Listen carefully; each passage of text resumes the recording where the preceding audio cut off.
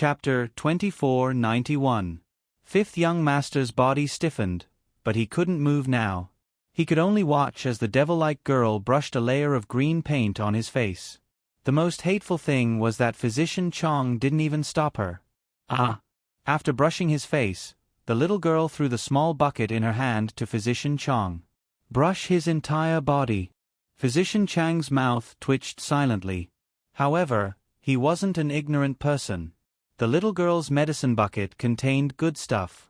Although the color didn't look good, it emitted a faint fragrance. There was no doubt that it was a pure herbal medicine. Little divine doctor, after brushing, will the medicine in young master's body be cured? Do you think it's that simple? The little fellow roared. This guy has been drugged with 8 types of medicine X, and it's been dragging on for a long time. Many of the powders have already penetrated deep into his flesh and bone marrow. How can it be so easy to remove? However, although this guy had no spiritual power cultivation, he was still considered a man. If a normal man was drugged with this medicine, he would have been licentious long ago.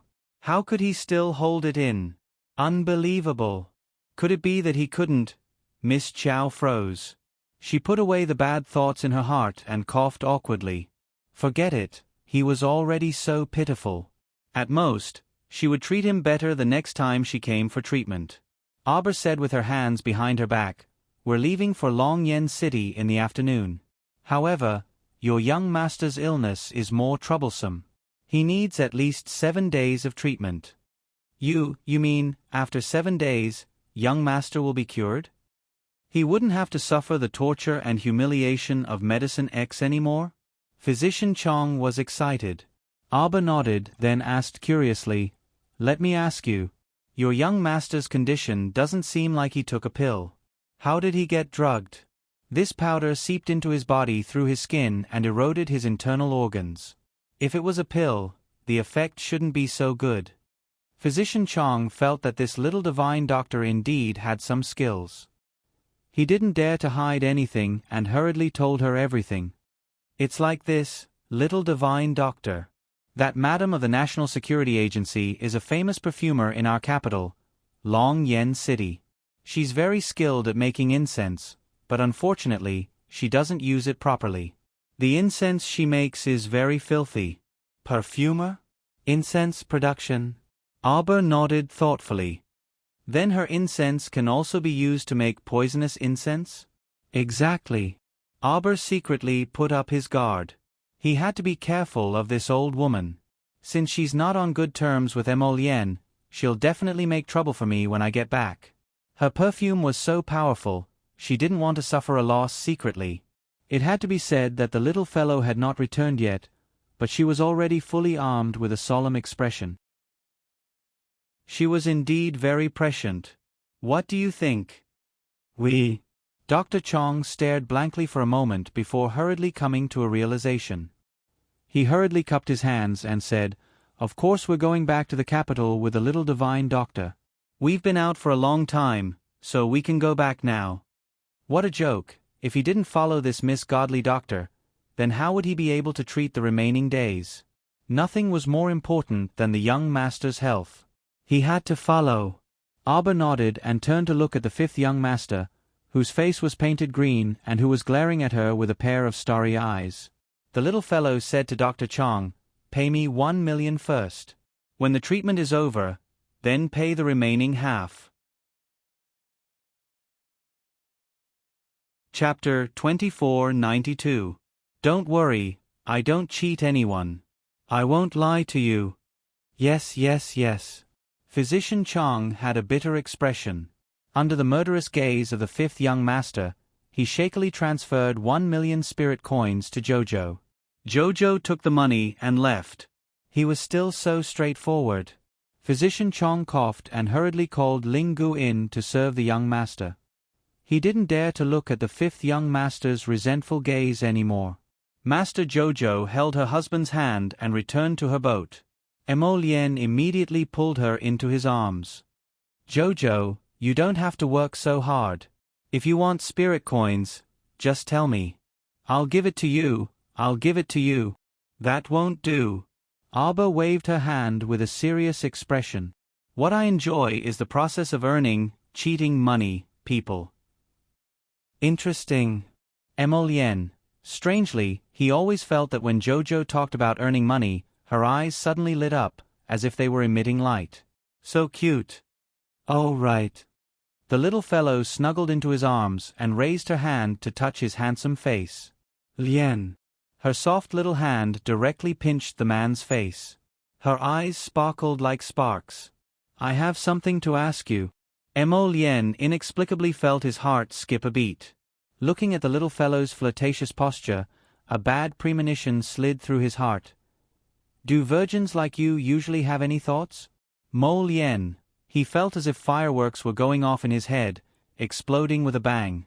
Colorful lights surged in his head, and he felt as if he was about to pass out.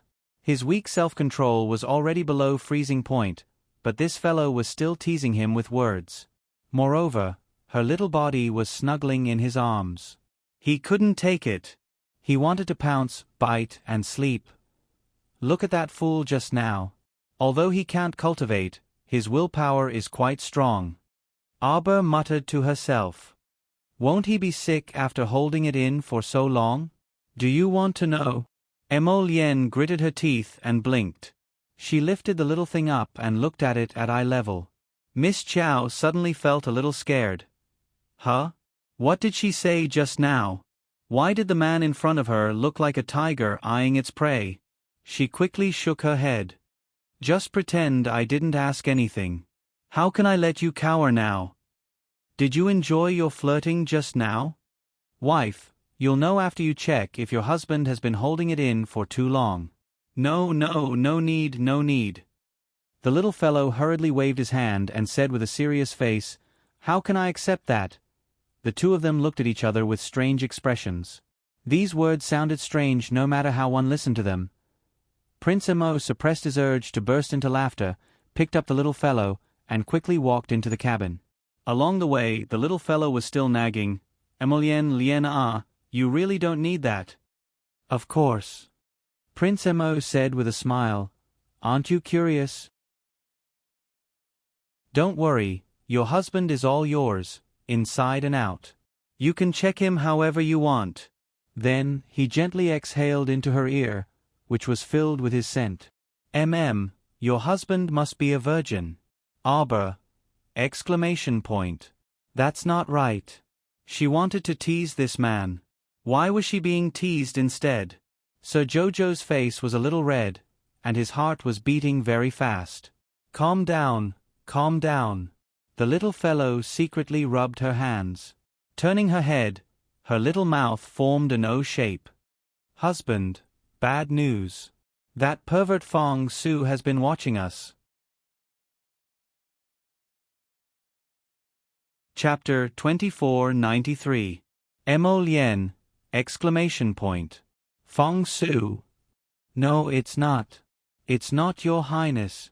Listen to my explanation. Explain. Oh my God. Splash. Bam. Fong Su inexplicably wanted to protest, but when he regained his senses, he realized that he had been kicked into the river. Yes, he had been kicked into the river, kicked. These two people were simply deranged. They had stuck together like glue and syrup the whole way. That was fine. What the eye didn't see, the heart didn't grieve over. What else could he do? He didn't expect to see such a scene when he came up to the deck to invite them over for a meal. Was it his fault? It couldn't be.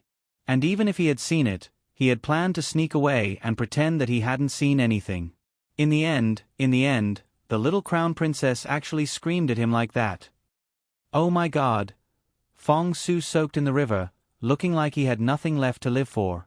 He didn't know that this was the feeling of a single dog being abused, the feeling of misery, pity, and tragedy. On the other hand, the crown prince carried his wife back to the cabin and impatiently tugged at his collar. He raised his phoenix eyes and blinked. Jojo, come quickly. Your husband is ready. You can investigate as much as you want, from top to bottom, inside and out. I'll let you investigate to your heart's content. Come. Arba reached out to cover her face.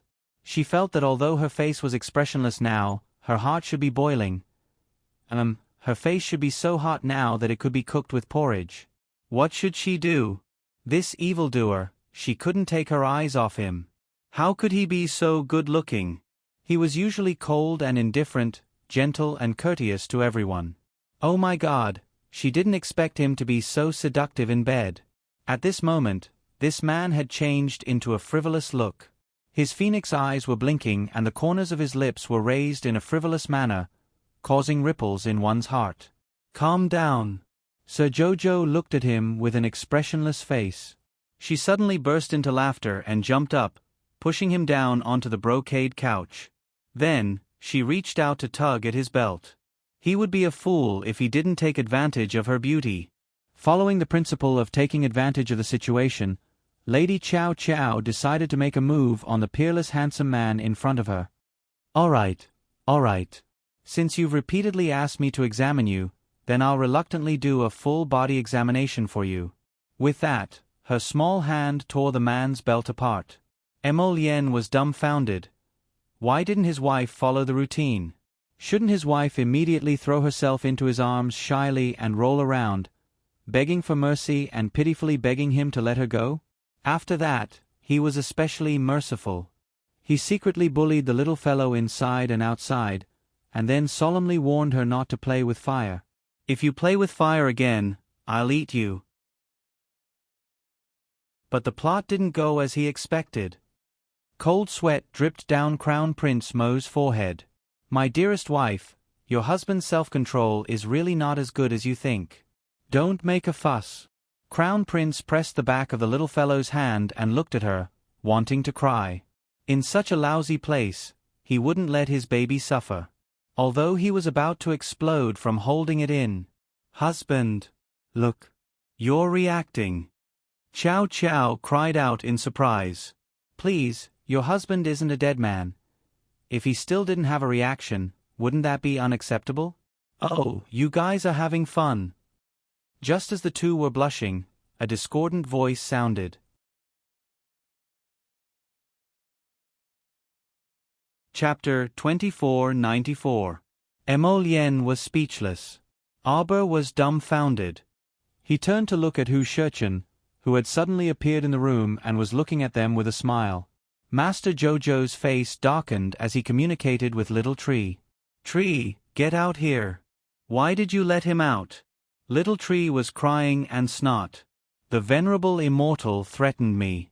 He said that if I didn't let him out, he would cut Chochio into pieces and cook it in hot pot. Master, you don't know how scary the venerable immortal is. He squatted beside Chochio with a dagger and kept rubbing Chochio's face with it. I'm so scared, so scared. Boo-hoo. Master, I'm reporting you. Chochio is lying. The venerable immortal squatted beside him and fed Chochio a misty immortal seedling. Chochio turned against him. I'm going to kill you, you slanderer. Master, Chochio wants to kill Dian. Arbor was speechless. Jojo, help. Emolien wants to kill me. The venerable Peach Blossom Immortal's exclamation sounded in his ears. Arbor couldn't help but slap his forehead.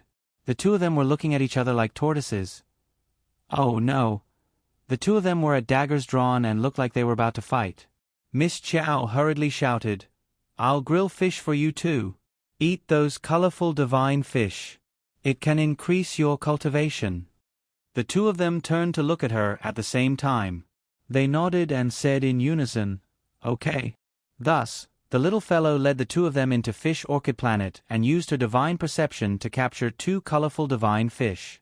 She planned to share these two divine fish with the two of them. Little Tree, Little Water, Little Soil and the others were attracted as soon as the fish were cooked. At the same time, Snow Leopard, Green Swan, Big Ape, Chirps and the Blazing Blood Phoenix all rushed over in a row. Chow Mu dumbfoundedly held the two fish in her hands and stared straight at them just like that. These guys came because they smelled the aroma. Did they all want to snatch the fish from Master Jojo? Woof, woof, woof. The three puppies ran to her feet and circled around her. The weirdest thing was that the two eggs actually rolled all the way to her legs and rubbed against each other. Arbor, Exclamation point. You're just 2 eggs. Do you have mouths? Could it be eaten? Rub your sister. The 3 puppies pounced at her feet, and Auber kicked them aside in annoyance. He sat down expressionlessly and glanced at Emolien and He Jetchen. They're all here for food. Oh, what's that fragrant smell? Everyone who sees it gets a share, everyone who sees it gets a share. Dao Wuji's voice drifted over. Auber's small hands trembled slightly as he stared at Everlasting Blade, Fairy Ginkgo, and the others who were running over. He silently put down the 2 fish in his hands. You can divide these among yourselves. Husband, let's go. The little fellow pulled Emolien and ran out of Fish Orchid Star listlessly. He hurriedly ordered the little tree, block Spirit Realm. I'm telling you, if you continue to be unreliable, I'll cut you into pieces and throw you into a hot pot. The little tree whined and begged for mercy. Then, it hurriedly blocked the entire spirit realm so that those guys who were fighting over the 2 fish would not know that their master Jojo was currently taking out a colorful divine fish from his pocket and stuffing it into Emolien's arms. Husband, the 2 fish that Jojo roasted just now were burnt. You can roast this one. Emolien gladly agreed. She skillfully roasted a colorful divine fish with golden skin and sizzling oil. She carried the little fellow and smiled as she started to feed it. The scenery on the Wacy River was boundless. The river flowed downwards. Under the setting sun, the official ship followed the sparkling river water all the way to Dragon Flame City.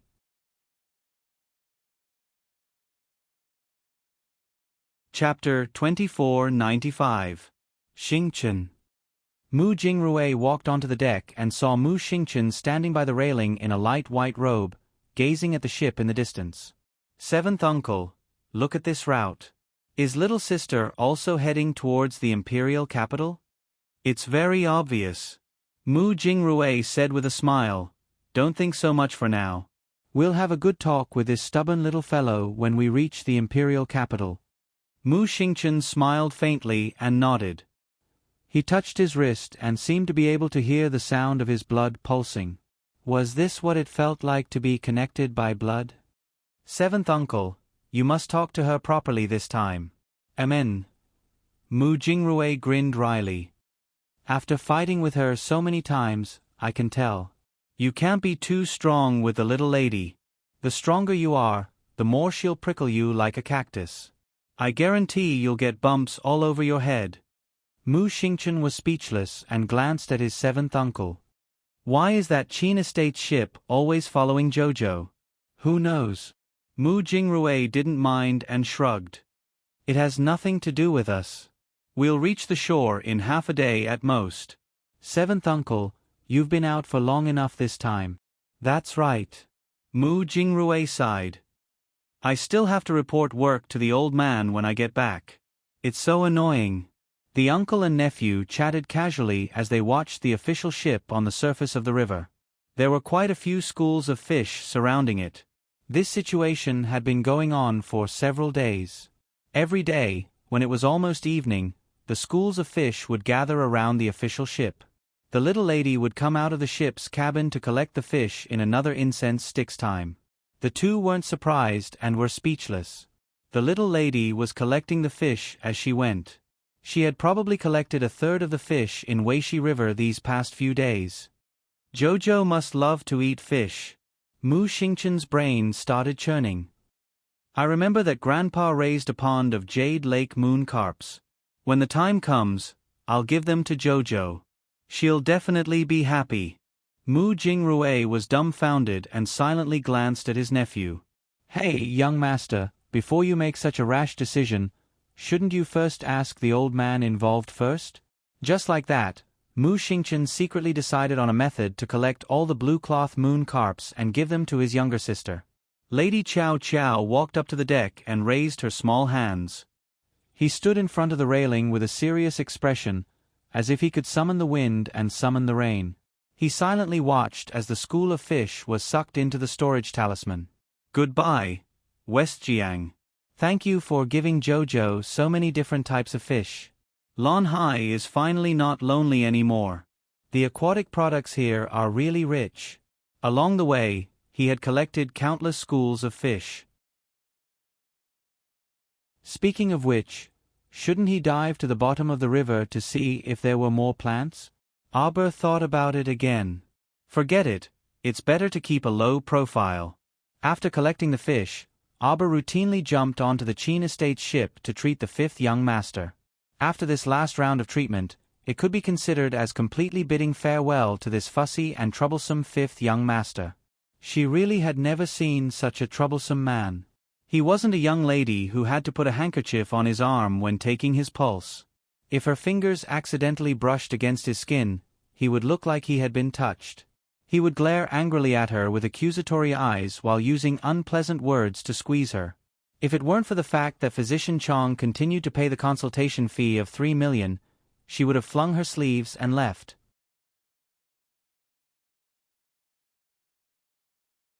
Chapter 2496. Do whatever you want. Don't think that you can beat Sundara just because you're good-looking. She only reserved the right to beat Sundara for her dearest husband. You still want to paint me green? Fifth young Master Cheen glared at Miss Chow with a dark face as if looking at an enemy. Bah! Arbor directly pinned him down on the bed with one finger. So long-winded. Did he think she wanted to paint him green? That green paint was expensive, and she couldn't bear to spend it all on him. Didn't he see old man Chong embezzling her remaining green paint for her? What an unappreciative fellow. The Cheen family's people were all extremely disagreeable. After Miss Chow finished checking his pulse, she directly placed a small green sandalwood box beside his pillow. 100,000 for one antidote pill. Fifth young Master Cheen gnashed his teeth. Who's poisoned? If you don't remove this residual fragrance, are you waiting for it to relapse? Arbor grumpily roared. Fifth young Master Cheen was also infuriated as he glared at her indignantly. The pills you sold at the bread festival a few days ago were only 10,000 to 20,000. Why did you charge me 100,000? You're an eyesore. After saying this, Arbor directly stood up and left without even looking at this man out of the corner of her eye. Fifth young Master Cheen was so angry that he collapsed on the bed, unable to speak for a long time. He only felt pain in his head, in his eyes, in his ears, everywhere. He was angered by this little girl. Ling Gu timidly flashed in and picked up the small green sandalwood box beside the young master's pillow to open it. A faint medicinal fragrance wafted out. Young Master Cheen, it's a purple-veined medicinal pill. It's really good. Ling Gu was born in an elixir patrician family, so she naturally had great judgment. After a few days of interaction, Ling Gu, this fellow, had long prostrated under Sir Jojo's aura and alchemy realm without any moral integrity. He had truly never seen such a talented little girl. He probably couldn't find such an impressive little fellow even if he searched their entire elixir patrician family. Even the eldest young master and Physician Chong were helpless against the troublesome fragrance in the young master's body, yet it was resolved by this little girl. Yesterday, Dr. Chong had secretly told him that the green paint that he had researched contained dozens of precious herbs. If he could develop it, perhaps in the future, his elixir shop would have another way to make money. If Jojo knew what Dr. Chong was up to, he would definitely sneer at him. Even if you studied all the herbs here, you wouldn't be able to make such a paste. After all, even if you search the entire divine land, you won't be able to find even a drop of water from the icy pool of Peach Blossom Star. Ever since the cold pond water entered the back slope of the Peach Garden slope, it changed almost every month. At this time, the cold pond water was filled with dense spiritual energy. The coldness seeped into one's bones and penetrated one's heart. She was an expert in making medicine. It couldn't get any better.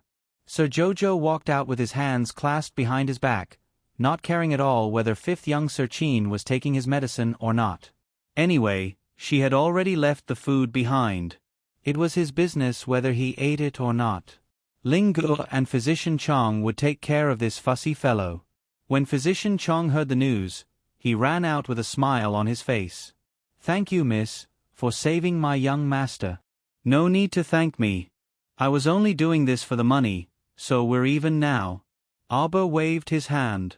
These few days, The consultation fee had been rising every day. Previously, it was 2 million, but because of this young Master Qin's fussy personality and Sir Jojo repeatedly went on strike, the fee had already risen to 7 million. Right. It was basically rising every day. The increase was very gratifying.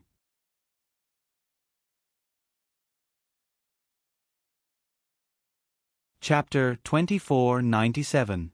Sir Jojo had been paid to do his job, so he requested to leave immediately after he was done. He had no intention of exchanging pleasantries with Physician Chang and the rest. Yet Physician Chang's expression was melancholy and reluctant to part. He had neglected to eat and sleep last night, studying the green paint for an entire day and night, but he could only identify 2/3 of the medicinal ingredients.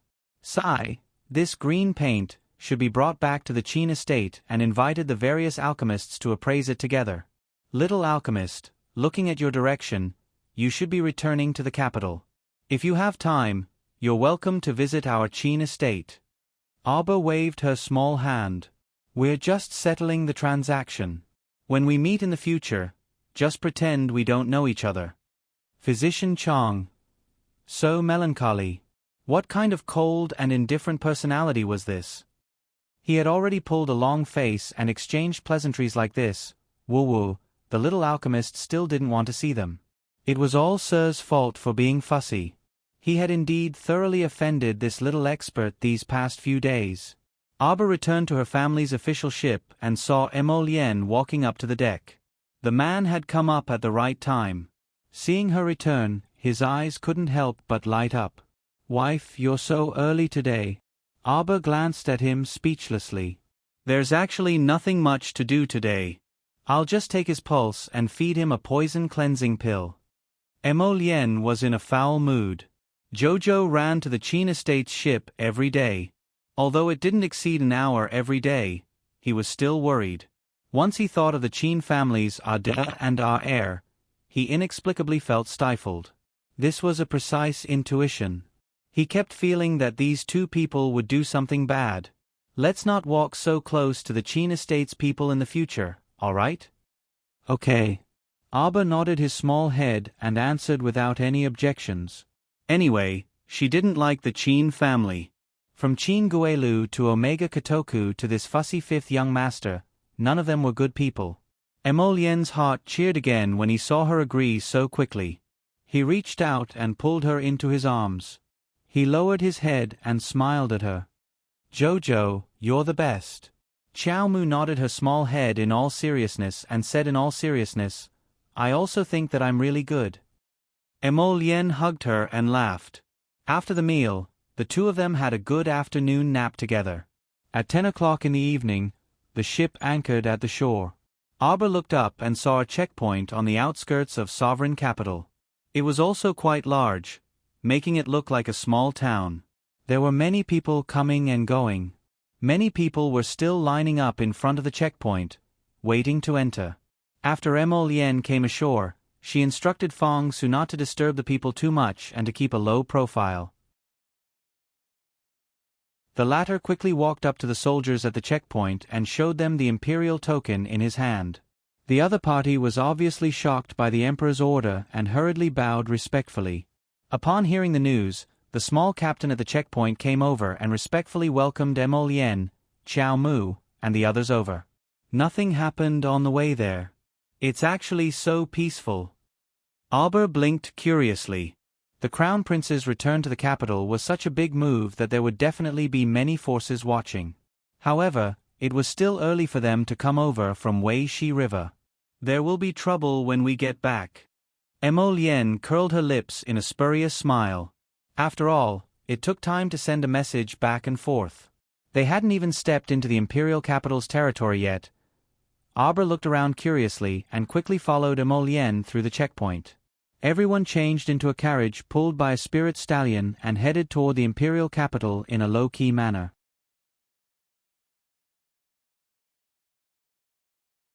Chapter 2498. These spirit stallions were extremely fast. About an hour later, Xiao Mu lifted the curtain to take a look. She immediately caught sight of the silhouette of the tall city gate tower amidst the night fog. On the city wall hung 2 large black words with gold background, Long Yen. The carriage crossed the moat and came to the suspension bridge. Fong Su only showed his face, and the city guards quickly let him pass. Jojo leaned against the window, looking at everything curiously, observing the city wall that went straight into the clouds. This city gate tower has been reinforced several times before. Emolien held her little hand and said, "Just in case."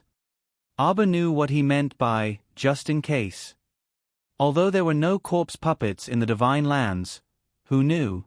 If the power of Tianyun developed to this extent, then very soon, this pure land would fall into instability. Qiao Qiao was very much in favor of Crown Prince Mo's precaution.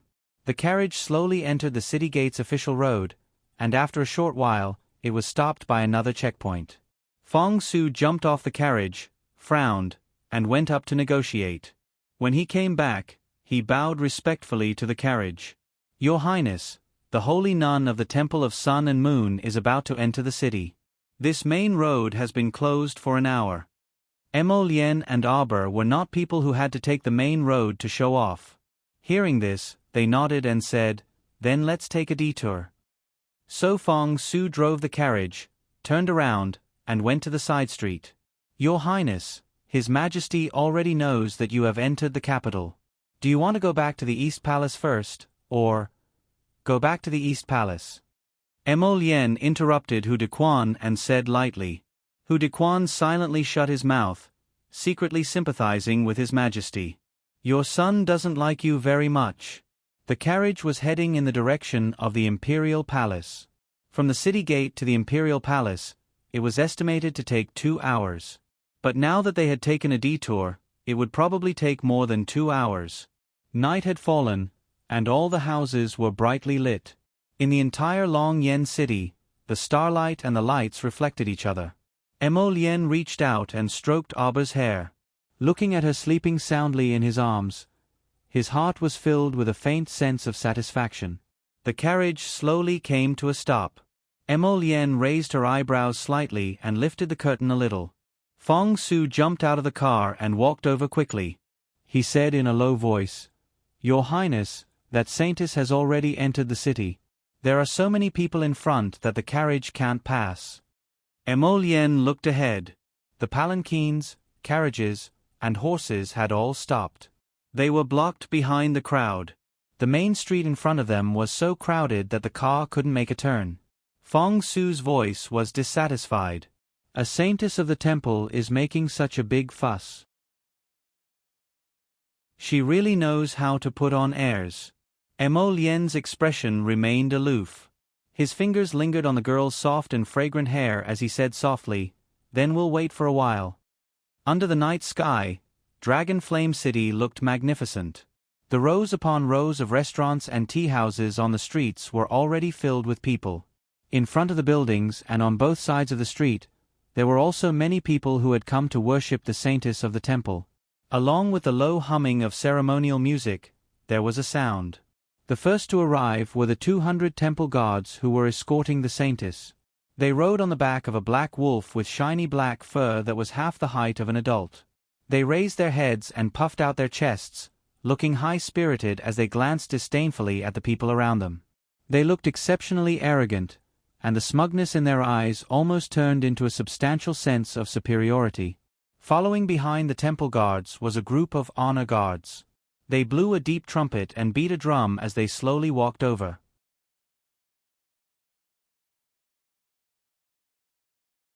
Chapter 2499. Following behind them was a group of more than 80 white-robed priests who looked extremely holy. Each of them held a long staff of the same size with the same engravings on it.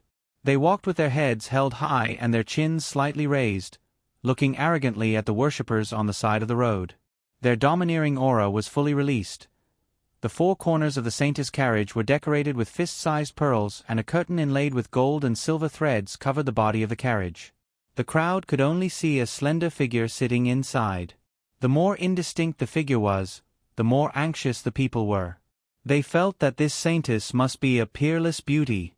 Behind the carriage, There were hundreds of young girls around 17 or 18 years old with graceful figures and white veils covering their faces. Each of them held a flower basket with many plum blossoms in it. They scattered the flowers as they walked, chanting something in unison. Finally, 300 temple guards brought up the rear. The procession moved along the busiest main street of Dragon Flame City, Changle Street. The front of the procession had already passed through the central axis of Changle Street, and the rear of the procession had just turned into the main street. The grandiose procession of more than 1,000 people, who were singing and singing, attracted the attention of over 10,000 people from all over the city. The elderly and women bowed in worship, the young people looked envious, and the young children ran and cheered in the crowd.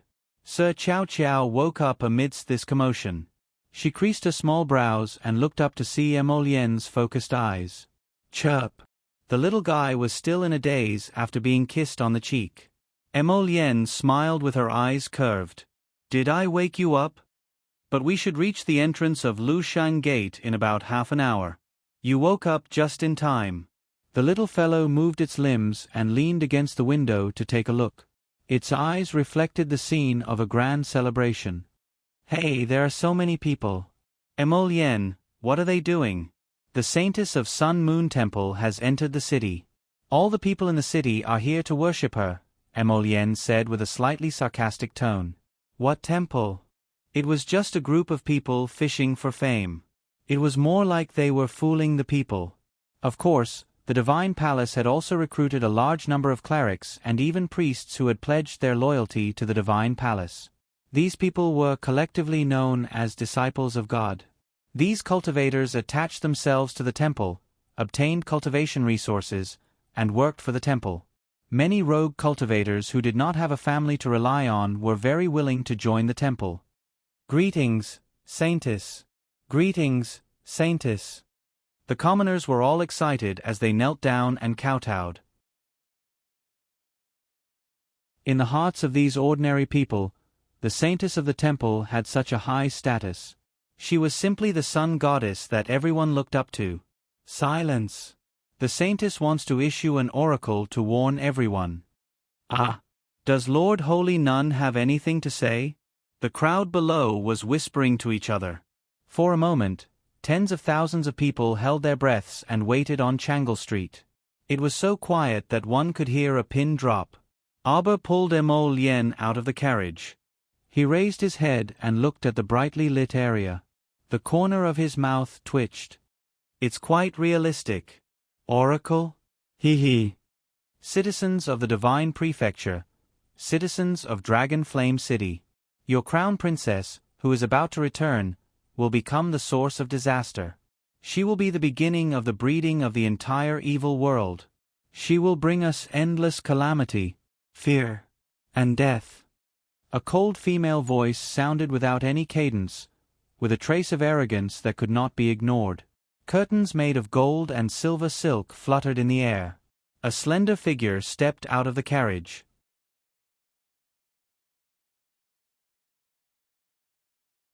Chapter 2500.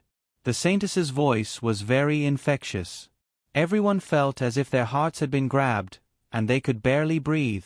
Their hearts were heavy, and the entire air was filled with the feeling that a storm was coming. Everyone did not even dare to breathe loudly. At this moment, a scream suddenly came from the left side of the crowd. There was a commotion in the crowd. Everyone turned around and saw an old woman in her 60s or 70s suddenly pouncing over as if she had gone mad. She grabbed the neck of a young man beside her with astonishing strength. The old woman's eyes were emitting a terrifying bloody light, and her dilated pupils were filled with blood vessels. She opened her mouth wide and was about to bite the shoulder of the frightened young man. The Saintess, who was wearing a purple dress and had a faint immortal aura, suddenly moved. She lightly stretched out a slender finger and tapped the old woman's forehead across the air. The old woman, who was still screaming and struggling with boundless strength, suddenly stopped as if she had been summoned by a Buddha. Her eyes were unfocused, and her hands drooped down weakly. The crowd pushed each other to make way, and screams rose and fell one after another. The women hugged their children and looked at the old woman who had suddenly attacked in horror. The young and strong men volunteered and tied the old woman up with a thick hemp rope. Disaster. Fear. Death. The crowd did not know why, but at this moment, they all felt extremely cold. The words that the saintess had just said were like an ancient Sanskrit that echoed in their hearts for a long time. Could this be true? Could the crown princess of the great divine continent, who was about to return, be a monster? Would she bring them disaster, suffering, and death? Everyone could clearly see that this old woman was over 70 years old and was an ordinary person. She should have been an old woman who was slow and powerless. But just now, when she suddenly burst out with that power, even the young man who she was holding by the neck was unable to push her away. Wasn't this the source of the disaster? It was indeed the beginning of the birth of the entire evil world. The crown princess had yet to enter the capital, and a monster had already appeared in the capital. Terrifying. Everyone looked at each other in horror and saw a trace of panic and fear in each other's eyes. He raised his head and looked at the saintess in front of him. The purple gauze dress was ethereal, like the incomparably holy snow on a high mountain, and also like a saintess bathed in the divine light of the sun and moon. Everyone prostrated themselves in worship, and some even asked in fear, "How can we stop this disaster, saintess?" The saintess spoke in a flat tone, as if she was a cold-blooded machine. There were no ups and downs in her speech, and her eyes were indifferent. She looked at the people prostrating at her feet with benevolence and said to them softly, "Eliminate the source of the disaster, and the divine land will return to peace and tranquility. Destroy the source of the disaster." The priests standing behind the saintess suddenly raised their arms and roared, "Destroy the source of the disaster." The crowd was agitated, and all the citizens began to shout in this forceful atmosphere. These fools! Fong Su's face was twisted with anger. Were they stupid? They actually dared to slander the little crown princess in front of the crown prince. They really didn't want to keep their heads anymore. While holding Chow Chow's hand, Crown Prince Mo stood at the periphery of the crowd. He gazed icily at that lofty and incomparably pure saintess of the Temple of the Gods, his eyes bursting with intense killing intent.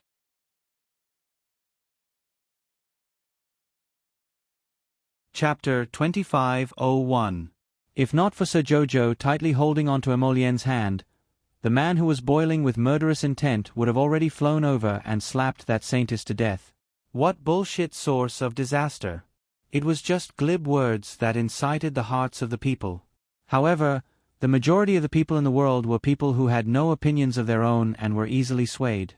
After being casually called out by someone, they naturally became a tool for others to use. It's more interesting to swat this kind of fly yourself. After comforting her dear husband, Chow Mu gazed coldly at the saintess of the sacred hall, who was clustered in the center. Fong Su's face darkened as he gave a look to the dozen or so forest guards accompanying him. The latter immediately understood and stepped forward, forcefully parting the crowd in front of them. "Move aside, move aside, move aside a little." The dozen or so forest guards in heavy armor roughly pushed the crowd to the sides, quickly opening a path large enough for one person to pass through. Miss Chow's cold and beautiful face suddenly appeared in front of everyone. Following her light footsteps, the crowd involuntarily parted to the sides. There was no need for the forest guards to go forward and push. Everyone very consciously retreated, step by step. They felt an extremely terrifying aura pressing down on the little girl's body. It was as if, there was an innate pressure that made people involuntarily fearful. Saintess Nie Yaoguang seemed to have felt something as she suddenly turned to look at Arbor.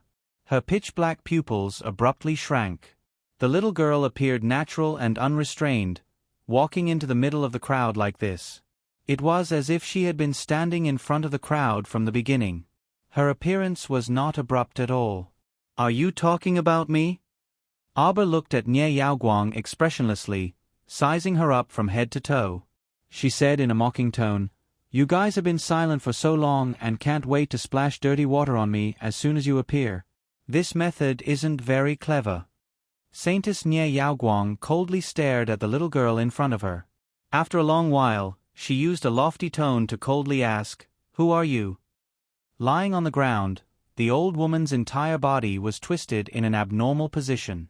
When he saw Abba walking towards him, his head turned 180 degrees and his eyes glowed red. He let out a low roar towards Abba. However, she was tied up with several thick hemp ropes and couldn't move for a while. Xiao Mu squeezed a pair of small, fleshy hands, and a black ferrule surrounded by a faint blue flame abruptly appeared in her hand. The Saintess of the Temple? Let me teach you how to behave. Saintess Nie Yaoguang's pupils contracted, as if this was the first time she realized that Xiao Mu was actually someone who didn't play by the rules. Subsequently, her eyes narrowed deeply, and her entire body instantly tensed up as she abruptly retreated backwards. Xiao Mu had already pressed forward. There was clearly no wind, but the commoners standing on both sides of the street felt as if their robes and hair were being swept by a strong wind. They only felt as if a storm was sweeping past them. Bang! Bang bang bang! The blue spiritual cleansing flame ignited and suddenly exploded in front of the crowd. The shops on both sides were instantly taken care of by the strong wind. The signboard in front of the gatehouse, the cloth sails, and even the tiles on the eaves all exploded with bang bang bang sounds. For a moment, the people sitting on the second floor of the tea house and wine shop to watch the show were all greatly frightened.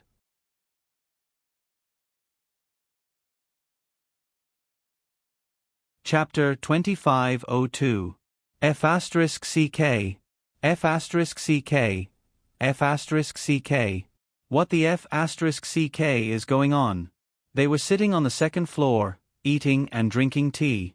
They were supposed to be elegantly watching from the sidelines. How did they end up in the eye of the storm? How did they end up in such a sorry state? The tables by the window were especially unlucky. When the blue spiritual cleansing flame exploded on the window, they were pitifully caught in the crossfire. They hurriedly scrambled back, not daring to stand by the window and watch the show. Bang! The Saintess, Nie Yaoguang, crossed her arms in front of her chest. Her defensive spirit artifact took effect, forming a transparent barrier in front of her, blocking Abba's attack. How dare you! How dare you attack the Saintess! A guard captain suddenly rode his black wolf and charged toward Abba. Crown Princess! Feng Su's eyes hardened. He was about to lead the forest guards forward, but the Crown Prince reached out and stopped him. How could this be? Feng Su looked with confusion at the Crown Prince, who was standing beside him with a solemn expression. With how protective the Crown Prince was of the Crown Princess, why would he stop them now? Trust her. Mo Lien only lightly spat out these 3 words. His gaze fell on the nimble little figure on the field. He had been following her up and down, not even glancing at the unlucky Saintess. The man's features were picturesque. When he said these 3 words in a calm tone, it inexplicably caused a sense of trust to rise in people's hearts. It was as if the Crown Princess could solve all difficulties by herself. Feng Su took a deep breath, nodded, and took a step back. His eyes were still filled with curiosity. Wasn't the Crown Princess a genius pill master? Could it be that her cultivation was also, "These are just a few flies. She can easily deal with them"? Mo Lien's lips flashed with a faint smile. But this smile was too cold. Feng Su couldn't help but shiver when he saw it. It was over. What kind of bullshit temple was this? They had completely offended the Crown Prince. What should he do if he suddenly became excited? In any case, he wasn't the unlucky one. As a loyal subordinate, he only needed to follow the Crown Prince and watch the show. As the 2 people spoke, Xiao Mu had already met up with that arrogant and insufferably arrogant guard captain who was galloping toward her on his black wolf. Good timing! Abba roared, and a figure flashed across the dark sky like a stream. She stretched out a soft little hand and suddenly stepped on the black wolf's head. Then, she grabbed the neck of the guard captain with one hand. Fast as a bolt of white silk. Even lightning couldn't compare to it. Abba's small hand held the other person's neck tightly, and a faint cold light flashed in his eyes. He pinched him like he was pinching a little chick. His expression was disdainful and as cold as ice. I am the source of the disaster that you speak of. The crowd was dumbfounded. He thought about the stoic-faced little girl's words and Saintess Nie Yaoguang's words. The source of the disaster? She was the source of the disaster? Huh. She was the crown princess. She was the crown princess who they had only heard of but never seen in person. The crown princess looked like she was 15 or 16 years old. She really was young. But her temper wasn't as delicate as her small body. She would explode at will and attack the people of the temple at the slightest disagreement. Heavens! Those were people of the Sun Moon Temple. Crack! That day, the head of the Sun Moon Temple guard captain was snapped in the little girl's hand. Everyone felt like they were going crazy.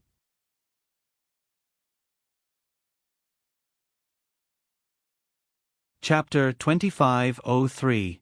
Oh my God! Murder, murder! This is really murder. Terrifying, terrifying, terrifying. They wanted to go home and find their mother. They had only come to worship the saintess of the temple, but they did not expect to find a murder scene. It was so bloody and brutal that everyone was so frightened that they only wanted to sneak back home. None of you are allowed to leave. Abba roared.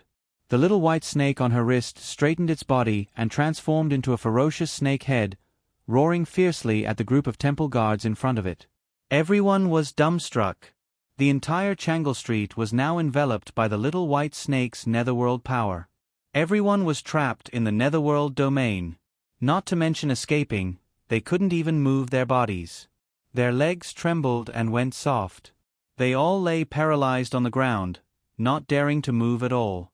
Sob, sob, sob. This time, the crowd really wanted to cry. If they had known, they would have been like their wives and husbands.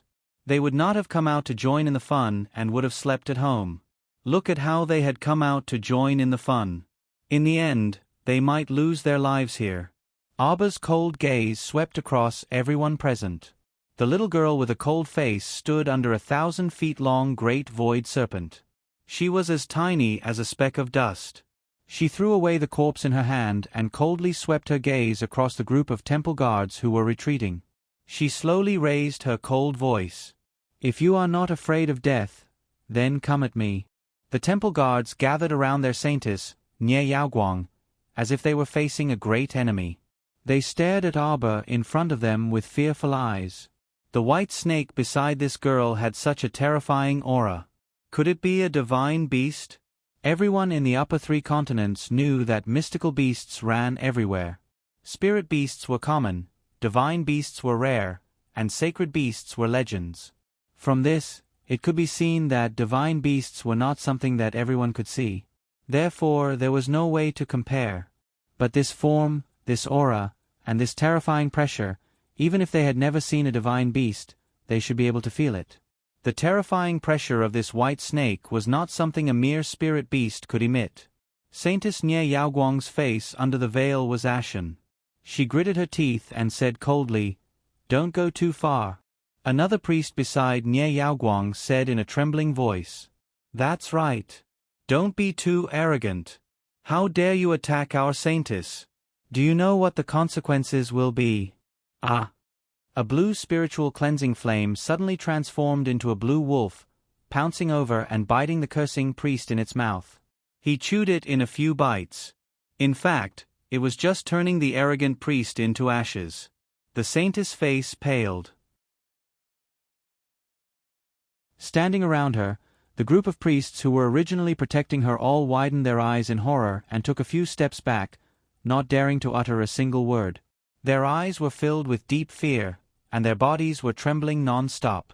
Many of these priests were just ordinary people. In the past, no matter which city they went to, they would always receive compliments and praise from everyone. When had they ever encountered such a sudden situation? So what if you are the source of disaster? Abba's cold voice faintly rose on Changle Street. "What can you do to me?" Everyone's pupils constricted, and they all sucked in a breath of cold air.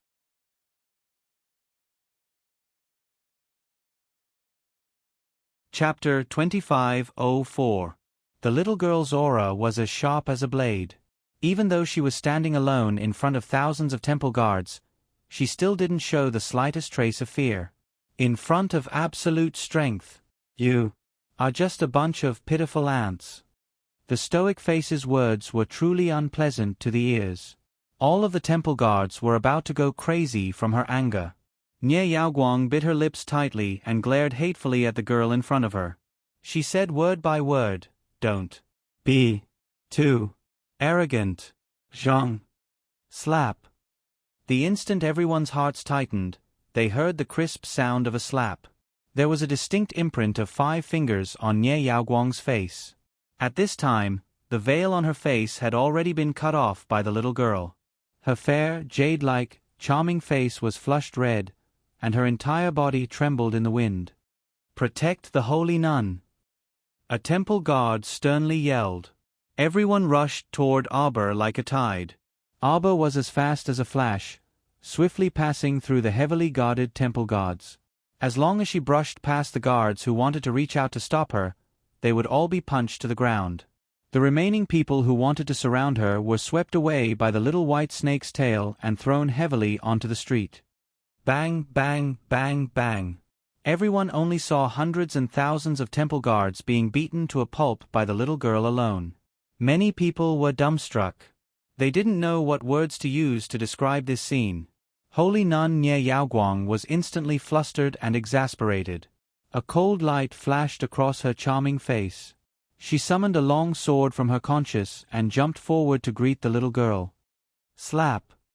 Arbor backhanded another slap to the holy nun's other cheek. Nie Yaoguang was slapped so hard that he spun around on the spot. He was so angry that he leaned back. Bang! Arbor raised her leg and kicked her in the stomach. Nie Yaoguang only felt that the scenery in front of her was retreating rapidly. She flew out uncontrollably and landed heavily on the ground. The sound of the bang landing on the ground was so loud that it shocked everyone to the point of being dumbstruck. Their hearts were all thumping, and they subconsciously retreated backwards, revealing a large area in the middle. The sound of a pin dropping could be heard. A bunch of ants dares to boast shamelessly. Arbor sneered and stepped on the saintess's chest. Her originally towering chest was unceremoniously stepped on by the little guy. Saintess Nie Yaoguang felt a swelling pain in her chest. It was as if she was being suppressed by a powerful aura. She was so angry that she was trembling. You dare. Pa. You are. Pa. Pa pa. Pa. Pa. Pa. Saintess Nie Yaoguang was speechless. As long as she said a single word, the little fella would slap her face. After dozens of slaps, even though the saintess used her spiritual energy to protect her body, her entire face was swollen like a pig's head. Does it feel good? Arbor stepped on her chest and slowly squatted down. He approached her and coldly stared at her. Does it feel good? Everyone, Emolien, Fong Su and Eunuch who silently upgraded the little crown princess to the highest level of monsters that could not be provoked. He secretly warned himself that his previous decision was correct. Even if he had to offend his great crown prince, he absolutely could not offend the crown princess. If the crown princess said east, they had to go east.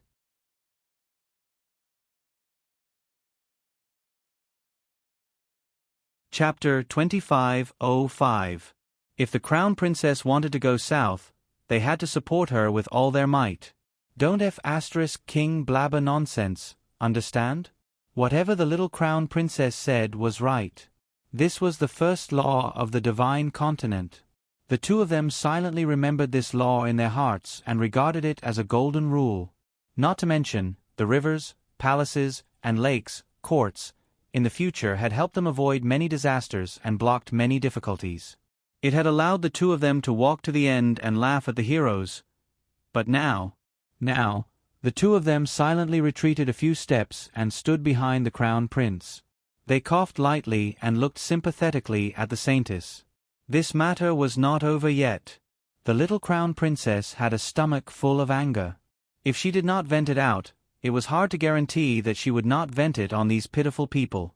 So, yes, crown princess, vent your anger to your heart's content. Speak. Arba grabbed the saintess by the collar and stared at her with a cold smile. "Does it feel good?" The saintess' face was red and she was so angry that she could not stop trembling. Trembling, trembling, and trembling. Her lungs should have exploded from anger at this moment. However, the little crown princess held her with an expression that said she would strangle her if she did not answer. She was the dignified saintess of the temple. She could be killed but not humiliated. You. Demon. Witch. Slap. Slap slap slap slap. Puff. Dozens of slaps were thrown over and the saintess spat out a mouthful of blood. She was definitely angry. If I ask you a question, then answer me honestly. I hate it when people dilly-dally. Arba picked up the saintess' head like it was trash and slammed her head heavily on the ground. That muffled sound fell heavily on everyone's heart. They thought that the saintess' head would be smashed like a watermelon by the little girl. Fortunately, the saintess used spiritual energy to protect her body. Her head did not shatter, but she lost a few teeth. Her mouth was full of blood and her originally white face was now completely unrecognizable. Saintess. Holy nun. A group of priests, together with the temple guards, wailed and wailed. They wanted to rush forward without a care for their own safety. Arba coldly glanced at them and shouted, "Kill them!" Hiss! The little white snake's eyes flashed with anger, and it suddenly swooped down toward the ground. Its huge snake mouth sucked, and these people were like dolls in a storm. They trembled with fear, and their eyes were about to split open as they rushed toward the snake's huge mouth, unable to control themselves. Ah! The onlookers were almost going crazy. What a terrifying demon that could chew a dozen people in one bite. Everyone fell on their butts and sat on the ground, trembling all over. No one can save you. Arba's cold hand climbed up the saintess's neck. The saintess, Nie Yaoguang, only felt as if a soft and cold poisonous snake had climbed onto her neck. Her entire body involuntarily shivered and curled up. "Come, tell everyone. Does it feel good?" Arba's cold fingers deepened the strength on Nie Yaoguang's neck. Nie Yaoguang's tears flowed, but she still could not stop herself from nodding in fear. She stammered and let out a broken voice. "It feels good, it feels good." Mu Jingrui and Mu Xingchen stared dumbfoundedly at the scene before them. From the beginning to the end, it only took half an incense stick's worth of time. The little girl used this terrifying power to absolutely crush the saintess of the temple. There was simply no room for them to make a move. Tomorrow at 10 p.m., Scattering Flowers.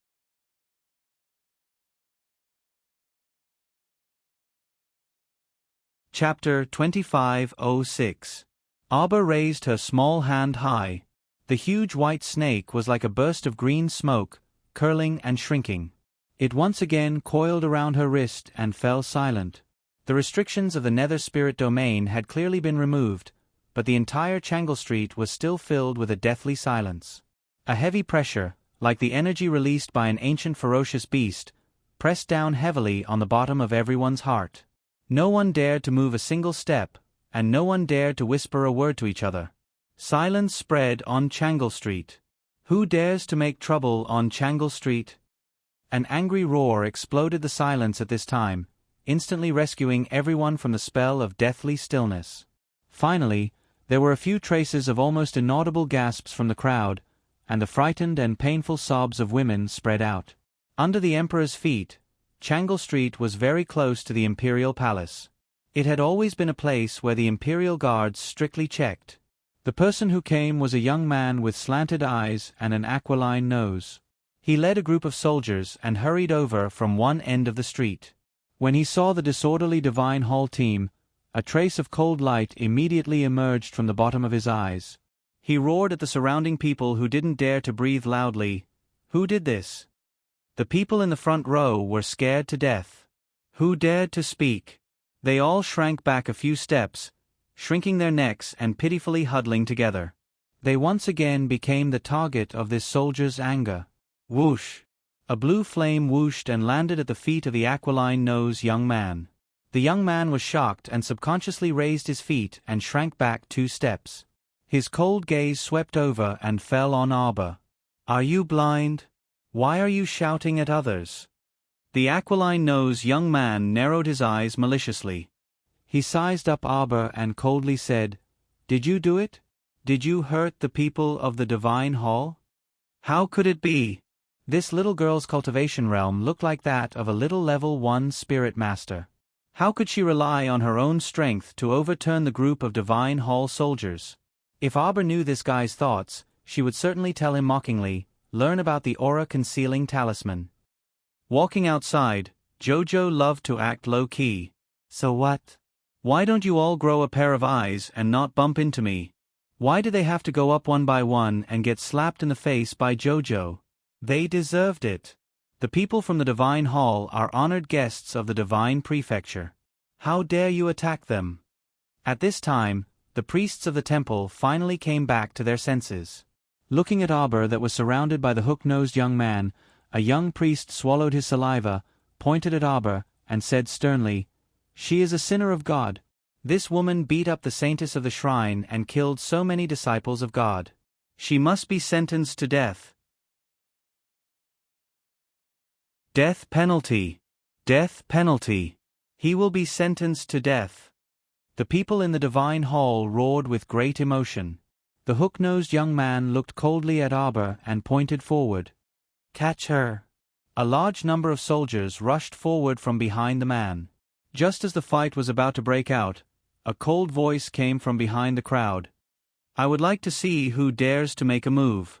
Fong Su waved his hand and rushed over with dozens of Greenwood guards. He punched the faces of the capital garrison soldiers. Several people stepped back in pain and covered their faces with their hands. They looked at Fong Su and his people angrily. The hook-nosed young man finally saw who Fong Su was.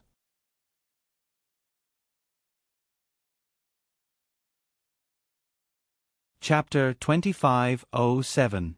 Commander Fong. His eyes narrowed. "Why are you here?" Fong Su looked at him with a fake smile. "I think you're really blind. Can't you see that my master is here?" Of course, the hook-nosed youth saw him. Behind Fong Su stood a magnificent and extremely handsome man.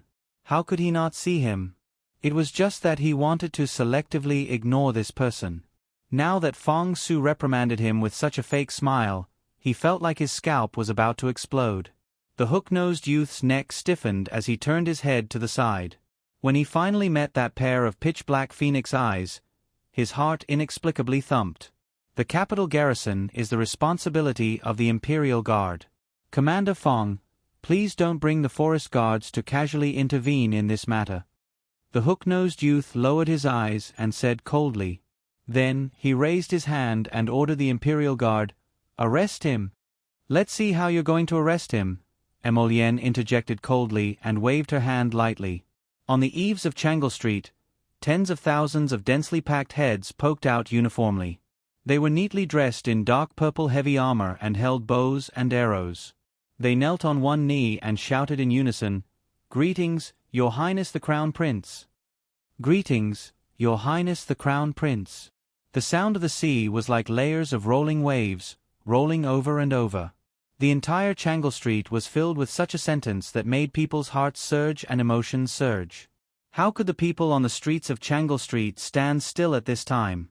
They all knelt down in unison.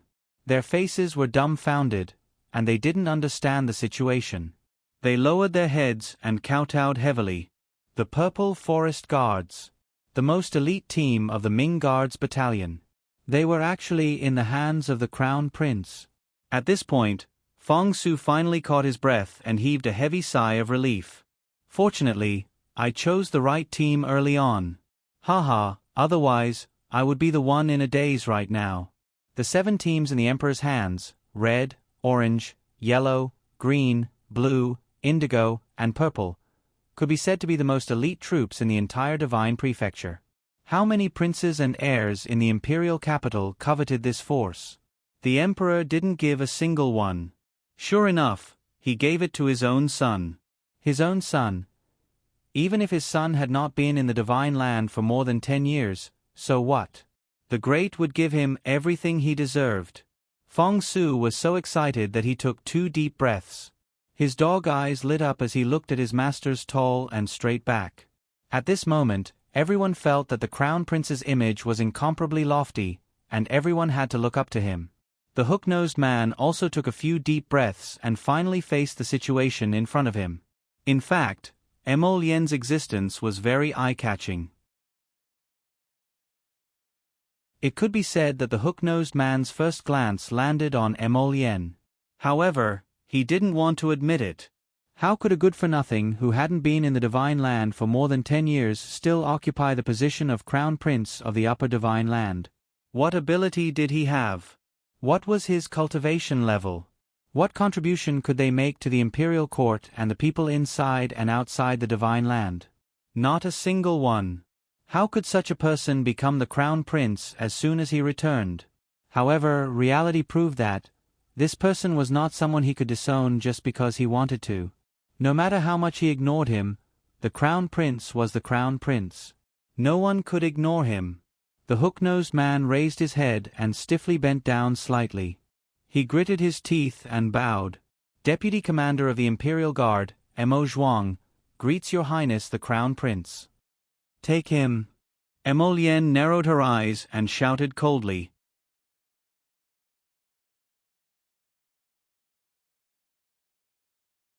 Chapter 2508. Fong Su rushed forward with a few forest guards, grabbed Emo Zhuang's arm, and pinned him behind his back. Emo Zhuang raised his head and roared with a malicious expression, "What does Your Highness Crown Prince mean?" "I just don't like you." Prince Mo's words made the hearts of all the commoners twitch. "Take him. Beat him." These 3 words fell coldly and mercilessly. Fong Su's eyebrows twitched. He raised his arm and hurriedly grabbed Emo Zhuang's arm, slapped him in the mouth, and stuffed a pill used to seal spiritual energy into his mouth. In the next second, Fong Su kicked the hook-nosed man to the ground. Seeing that Emo Zhuang still wanted to struggle, the 2 forest guards raised their boards and pressed them down with 2 papa sounds. Emo Zhuang was anxious, angry, and furious. The Imperial Guards below were even more furious and wanted to rush forward to save him. Emo Lien's cold words stopped everyone in their tracks. "If anyone dares to disobey, kill. Kill. Kill. Kill." The entire Changle Street was filled with the roars of the Purple Forest Guards. The Imperial Guards shrunk their necks in unison and peeked at Her Highness in fear. Then they stopped. Pa. Pa pa. Pa pa pa. The sound of the boards hitting the ground resounded in the deathly silence of Changle Street. The commoners all lowered their heads and held their breaths. Even the sound of their breathing was deliberately lowered. They were really scared. The Crown Princess didn't even care about the Temple Emissaries group. And His Highness the Crown Prince was even more frightening. He didn't say anything, but once he did, he could easily decide someone's life or death. Both of them were people who stood at the pinnacle of power. They weren't people that small commoners like them could slander at will. Even if the Temple Emissaries spread rumors, it couldn't be spread through the mouths of these small commoners. Otherwise, with these 2 strict and arrogant methods, if they really wanted to pursue the matter, their entire families would die without a burial place. The only thing they could do was to keep their mouths shut and not talk nonsense like the disciples of the temple. After all, the divine halls could evacuate from the divine prefecture at any time, but they were still living on this continent and had nowhere to run. And now, there were many people kneeling on Changle Street who hated the disciples of the Sun Moon Temple for causing trouble. What bullshit source of disaster. The way they saw it, the people from the sacred palace were the source of disaster. If they hadn't spoken such nonsense and wantonly slandered Her Highness the Crown Princess, how could the Crown Princess have sealed off the entire Changle Street? How could the Crown Prince have been so furious that he had to take measures to suppress them? There were even people who had deep doubts in their eyes. This mysterious saintess had predicted that the Crown Princess, who was about to return, would be the source of disaster. Did she predict that she would be in trouble today? That she would be slapped so hard by the Crown Princess that even her parents wouldn't be able to recognize her? It seemed that she had not calculated correctly at all. What saintess of the temple! She was just bragging. The Sun Moon Temple, from top to bottom, is a group of frivolous and ignorant swindlers. Pass down my order. All the disciples of the Sun Moon Temple are to be flogged 100 times and imprisoned immediately. Don't. Please spare our lives, Your Highness. Your Highness, Your Highness, we know we were wrong. Please spare our lives, Your Highness. The disciples of the temple wailed in succession. Among these people, more than half were commoners. After 100 floggings, they were doomed to die.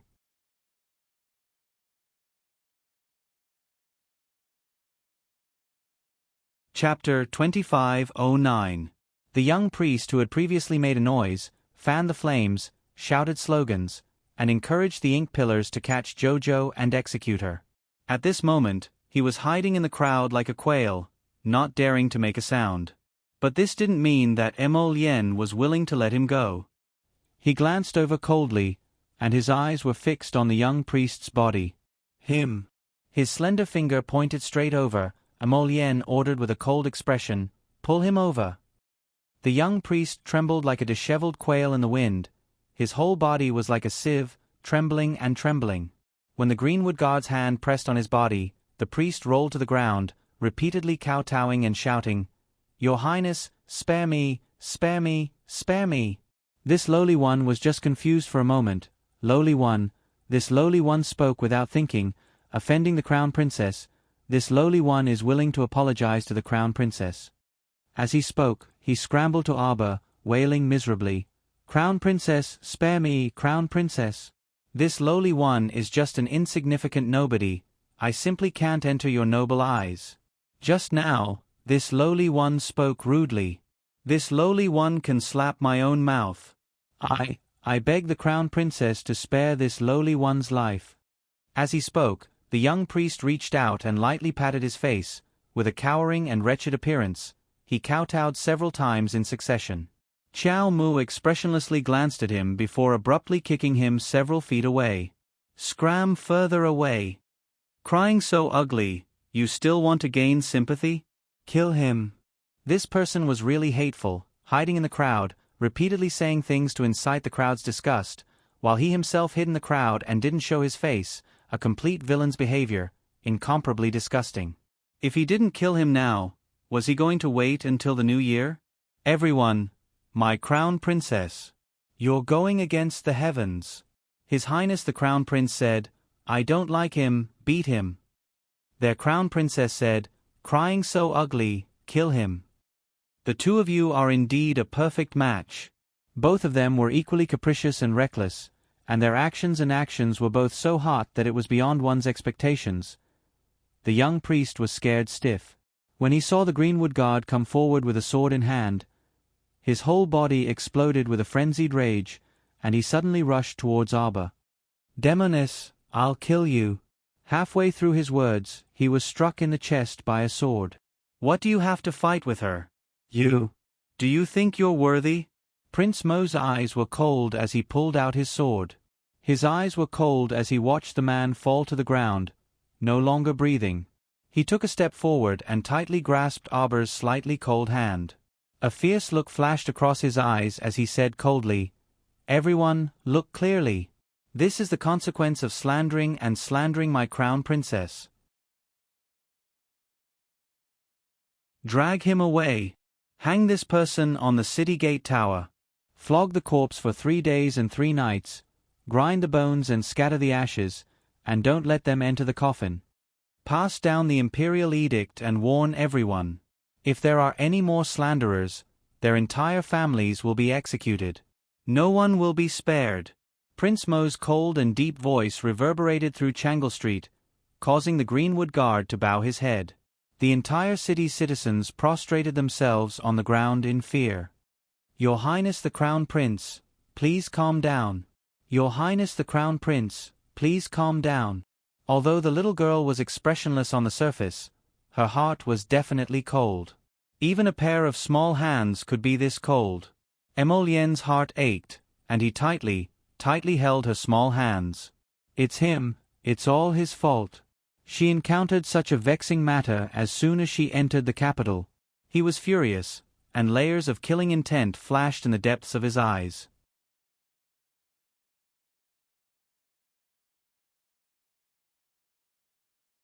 Chapter 25:10. When Hu Dequan saw the crown prince's current state, alarm bells went off in his heart and he thought to himself, "This is bad." He had seen this kind of expression many times on the emperor's face. It had to be said that the father and son were really like each other. Some of their subtle movements and expressions when they were angry were almost exactly the same. Naturally, he could not kill all the people of the Sun Moon Temple. The crown prince could punish them or kill some of them. It did not matter. After all, they had really slandered the crown princess. Could the crown prince not be angry? But if he killed all of them, then even if he was in the right, it would become unreasonable. After all, the Sun Moon Temple had come to Dragon Flame City to preach in the name of developing believers. Before this, they had naturally signed some treaties with the emperor and made some concessions, which had benefited the people of the Divine Prefecture. But now, if the Holy Nun and the others were all killed as soon as they entered the capital, the Sun Moon Temple could use this as an excuse to make trouble. The temple's power was so great that it spread all over the 3 states. Although the Divine Prefecture was not afraid of them, if they really fought, it would really be a headache. Eunuch who was so anxious that he scratched his ears and cheeks. He cupped his fists and secretly bowed to Abba, begging her to persuade the crown prince. Abba glanced at him and gently tugged at Molien's hand. "Let me handle it, okay?" "Okay." Crown Prince Mo naturally wanted to do everything possible. If he could make Qiao Qiao's mood improve, he would do anything she wanted him to do. Abba took a few steps forward and looked coldly at the holy nun, who was prostrating on the ground. The holy nun's hair was disheveled and her face was red. She did not look like the snow mountain goddess from before. Now, she was so miserable that she looked like a beggar on the side of the road, prostrating herself in front of a high and mighty girl. Her eyes were red with hatred and her fingernails dug into her palms. "Did Tianyun ask you to do it? It doesn't seem like it." Tianyun's style of doing things should not be so reckless. After several dealings, Tianyun had always given her the impression that he would plan before acting. It was very difficult for him to do such a brainless thing. "You did this on your own, didn't you? You think you can step on me?" "I didn't expect that the one who was really stepped on was you." Abba looked at her coldly. "If there's a chance, tell your master. I'm Abba. I'm back. Come back, come back, come back." The saintess held her breath and her entire body trembled uncontrollably. Everyone only felt that these 3 words, Crown Princess, seemed to be lingering in their hearts, with a lingering charm. She said calmly, "No one in this world can stop me from moving forward." "You can't, he can't. Heavens, no way." Not even the gods and Buddhas. The little stoic was expressionless, and her chilly voice reverberated throughout Changal Avenue, striking directly at people's hearts.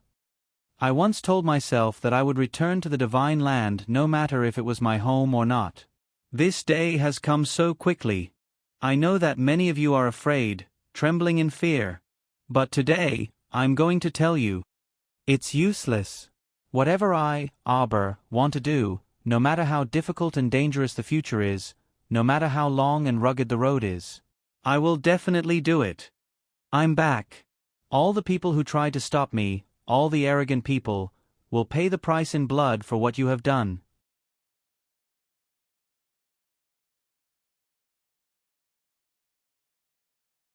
Chapter 25:11. The little stoic's tone was calm, and her every word resounded in everyone's hearts. Emolien really wanted to rush up and hug this little lady. He really couldn't bear to see her indifferent and contemptuous expression. He couldn't bear to see her erect a tall iron bastion and covered in thorns. He was used to seeing that lively little lady. He had clearly already pulled her out from under layers of ice and snow. This child in front of him was too heart-wrenching. He clenched his fists tightly, and his back stiffened and didn't move. However, he hated the Sun Moon Temple to the bone in his heart. On the other side, Mu Xingchen was also still in shock. This was his first time seeing the little stoic calm and angry. Her joy, anger, sorrow, and joy seemed to be completely buried under that expressionless stoic face in that instant. Before this, regardless of whether she was angry or happy, she had a different expression. Even when she roared at him, "Who is she to you?" her expression also fluctuated. But now, Mu Xingchen only felt his heart sink, and there was some pain in the tip of his heart. What kind of torment and sorrow would create this kind of girl? He didn't know why, but right now, he only wanted to bring this child home, properly protect her, love her, and not let her suffer the slightest bit of harm. Everyone silently hung their heads. They really wanted to look up at that little lady who shone like starlight, but they didn't dare to look up or make a sound. However, a faint trace of guilt rose in many of their hearts. On what basis could they wantonly open their mouths and casually slander others like this? Saying that others were the source of disaster, such a malicious reputation was pinned on a little lady who wasn't even 16 yet. Did this kind of temple really represent light and justice? Could it be that they didn't know what kind of harm this kind of accusation would cause to a person? They knew, but they still did it in the name of the 5 elements. If it weren't for the fact that the crown princess was powerful, wouldn't she have been slandered to death by them? Wouldn't she have suffered the condemnation and reviling of tens of thousands the moment she set foot in the capital? Shouldn't the crown princess retaliate? She deserved it. Shouldn't the crown princess fly into a rage? She deserved it. Shouldn't the crown princess send those who slandered her to hell? The commoners lowered their heads and felt that their hearts were heavy. It was unbearable. Doesn't the Sun-Moon Temple represent the gods? Abba raised his hand coldly. 5 thunder spirit talismans jumped on his fingertips, flashing with a faint blue light. Since you're a god's disciple, you're blessed by the heavens. Naturally, you're not afraid of heavenly punishment. Abba stared coldly at the holy nun who was prostrating at her feet. Hu Dequan opened his mouth. He wanted to cry but had no tears. He had a feeling that what the crown princess was going to do next would be extremely frightening. He was wrong. He shouldn't have begged the little crown princess to plead with the crown prince. The little crown princess's heart was not any softer than the crown prince's. What are you doing?" the saintess angrily shouted. She was also shocked. She raised her head to look at the talisman flowing between the little girl's fingers, and a faint trace of fear appeared in her eyes. At least until just now, she was still very certain that the crown prince and his people wouldn't dare to kill her. But now, when she saw the young crown prince consort's inhumane gaze, she suddenly felt a bit uncertain. She was afraid. Her voice trembled as she stepped back. "You, don't act recklessly."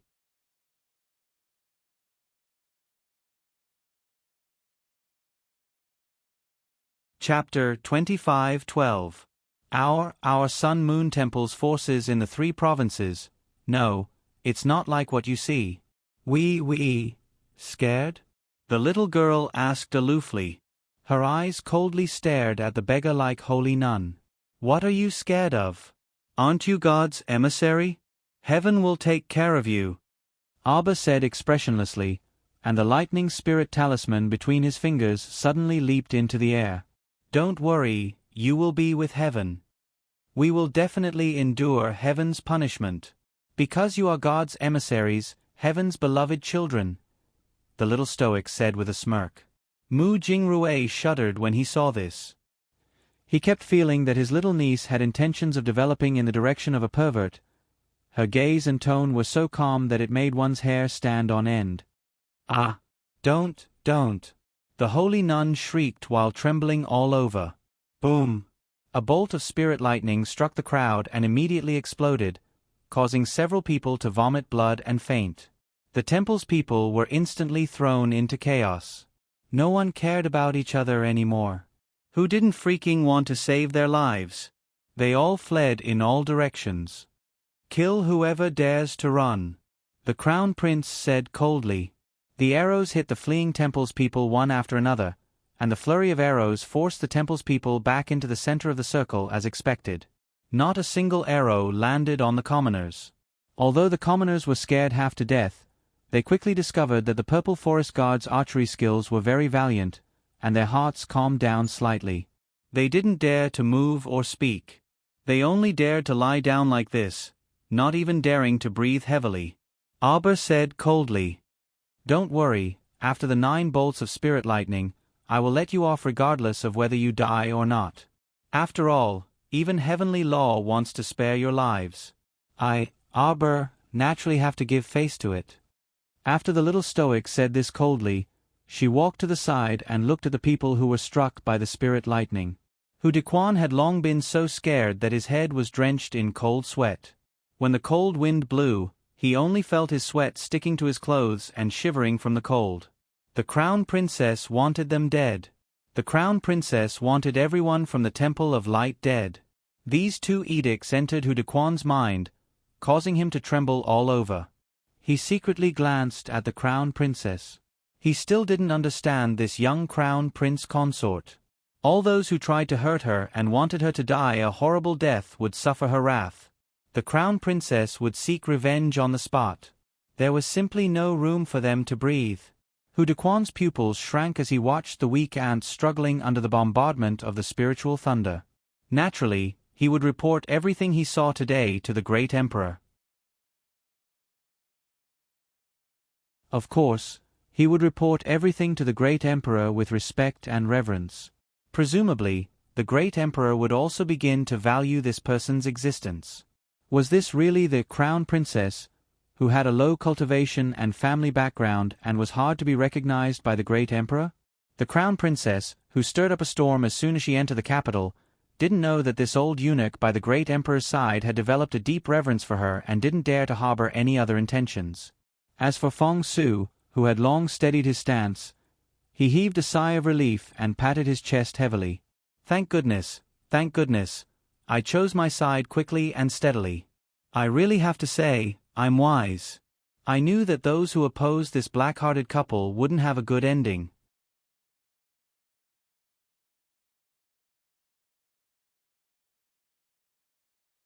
Chapter 25:13. Boom boom boom boom. 5 lightning spirit talismans, each with 9 bolts of lightning, struck down at the same time. The sound of rolling and wailing on the field, under the lightning spirit talismans, continued for a long time. These 5 lightning spirit talismans finally eliminated nearly 200 temple guards, and that group of priests who were full of nonsense also met with great misfortune. The remaining people, more or less, were struck by lightning, each of them holding their broken limbs, rolling and howling. The holy nun was the person who was heavily favored by the lightning spirit talismans. At this time, after the lightning strike, her whole body was like a piece of dead wood, stiff on the ground, not moving at all. Abba swept a glance at her, seeing that she was on the verge of death. Her gaze indifferently moved away from her body. Turning around, her brows indifferently looked in front, and her calm voice coldly said, "Let's go." Hudiquan trembled as he took 2 steps to the side. His head hung low.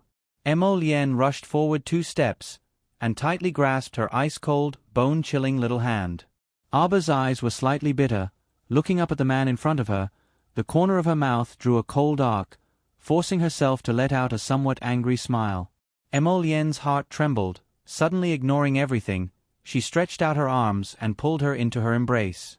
Her slightly trembling hand gently stroked her little head. "If I don't kill others, others will kill me. If I don't resist, I will be like a withered lamb floating in the world, swallowed by the thick black fog, bite by bite. But I don't want it to be like this. I just want to live well.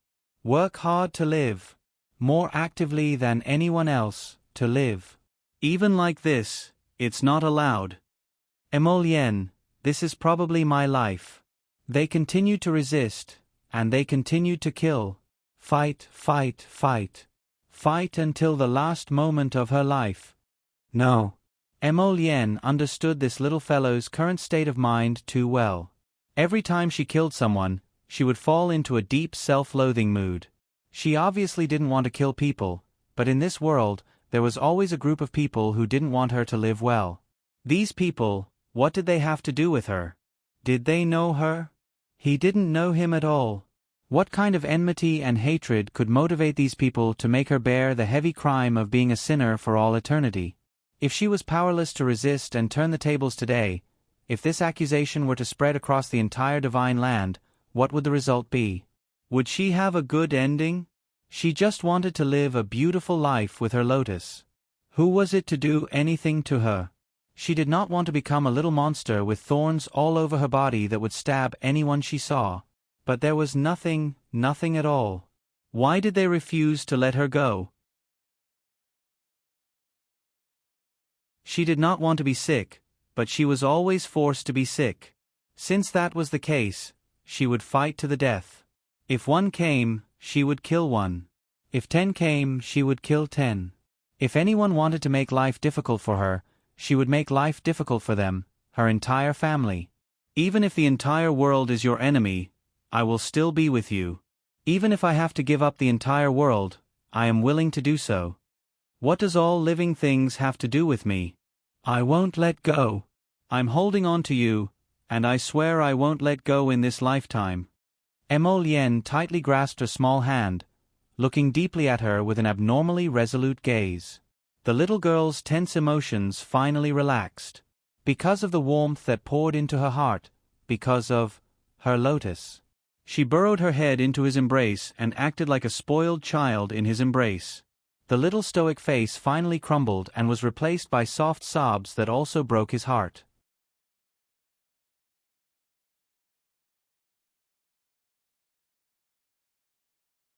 Chapter 25:14. It was good that she was in a good mood. Emolien's heart relaxed, and she raised a hand to gently stroke her hair. He turned around like a malicious spirit from hell, his expression cold and fierce as he pointed at the people from the temple. All of you, go to jail. You can't leave without an imperial edict. Yes. Fong Su and the others didn't dare to say anything else. Knowing that His Highness the Crown Prince was in a bad mood, they hurriedly bowed their heads and answered in unison. Mu Xingchen moved, but Mu Jingrue abruptly pulled him back. Xingchen, let's go home first. We have to consider this matter at length. Jojo must be in a bad mood right now, so I think it's best if we don't show up. It had to be said that Mu Jingrue really had some self-awareness. He knew that the little girl didn't like their Mu family from beginning to end. He shouldn't make a move now and annoy the little girl. Mu Xingchen reluctantly looked in the direction of the carriage in arbor, his fists clenching and unclenching as he said coldly, "What's going on with today's matter? It looks like the Sun Moon Temple did it, but we still have to investigate the specific reason." Mu Jingrue hurriedly said, "Don't worry, I'll have someone investigate this matter. I'll tell you once there's news." On the other side, the Imperial Palace. In front of the table in the Imperial study, a middle-aged man with grave brows and a slightly pale complexion leaned against the back of the chair. There was a faint weariness on his face, but the corners of his mouth hooked up coldly. Hearing the news from the hidden guards, the man coldly glanced at Hu Dequan, who was kneeling in front of the desk. "They returned to the Eastern Palace?" "Ah, yes." Hu Dequan only felt cold sweat trickling down his forehead. "The people from the temple have all been jailed?" "Yes." Hu Dequan felt his throat dry up, and his entire body involuntarily trembled slightly. The Divine Prefecture's Emperor's voice was very calm, but it felt like a storm was about to come. Absolute nonsense. The Divine Prefecture's Emperor slammed the table heavily. "How many people from the temple have died?" Hu Dequan shuddered. About 200 to 300 people died under the spiritual thunder talisman, and many were injured. After that, His Highness the Crown Prince threw them into the water dungeon. Because of their serious injuries, the water dungeon was ice cold and they couldn't be treated. Half of them died. If you're so reckless, why did you only report it now? Was he the one who warned you? The great emperor didn't even need to think about it carefully. What a good son. The great emperor let out a long sigh and leaned back in his chair, looking even more exhausted. He waved his hand and said, "You may leave." "Yes." Hu Dequan felt as if he had been granted amnesty and was about to leave. A familiar wailing sound was heard, and the old king of Giant Pain strode in with his short and chubby legs like a whirlwind from outside the door. He immediately fell to the ground and wailed dryly, "Your Majesty, I can't live any more." The short winter melon cried and howled. He threw himself to the ground, pounded the ground, and howled. Then, he looked up with a particularly expressive face. "I really can't live any more, Your Majesty. What's the matter? Get up and talk." The great emperor pressed his head with a headache, and his expression looked even worse. Although the king of Giant Pain's temperament wasn't very good, the divine prefecture's emperor always had a little more tolerance for this youngest brother. The crown prince spanked my sons, but in public as soon as he entered the capital. The king of Giant Pain cried and wailed. Does the crown prince still see me as his uncle? If the crown prince really can't tolerate my son.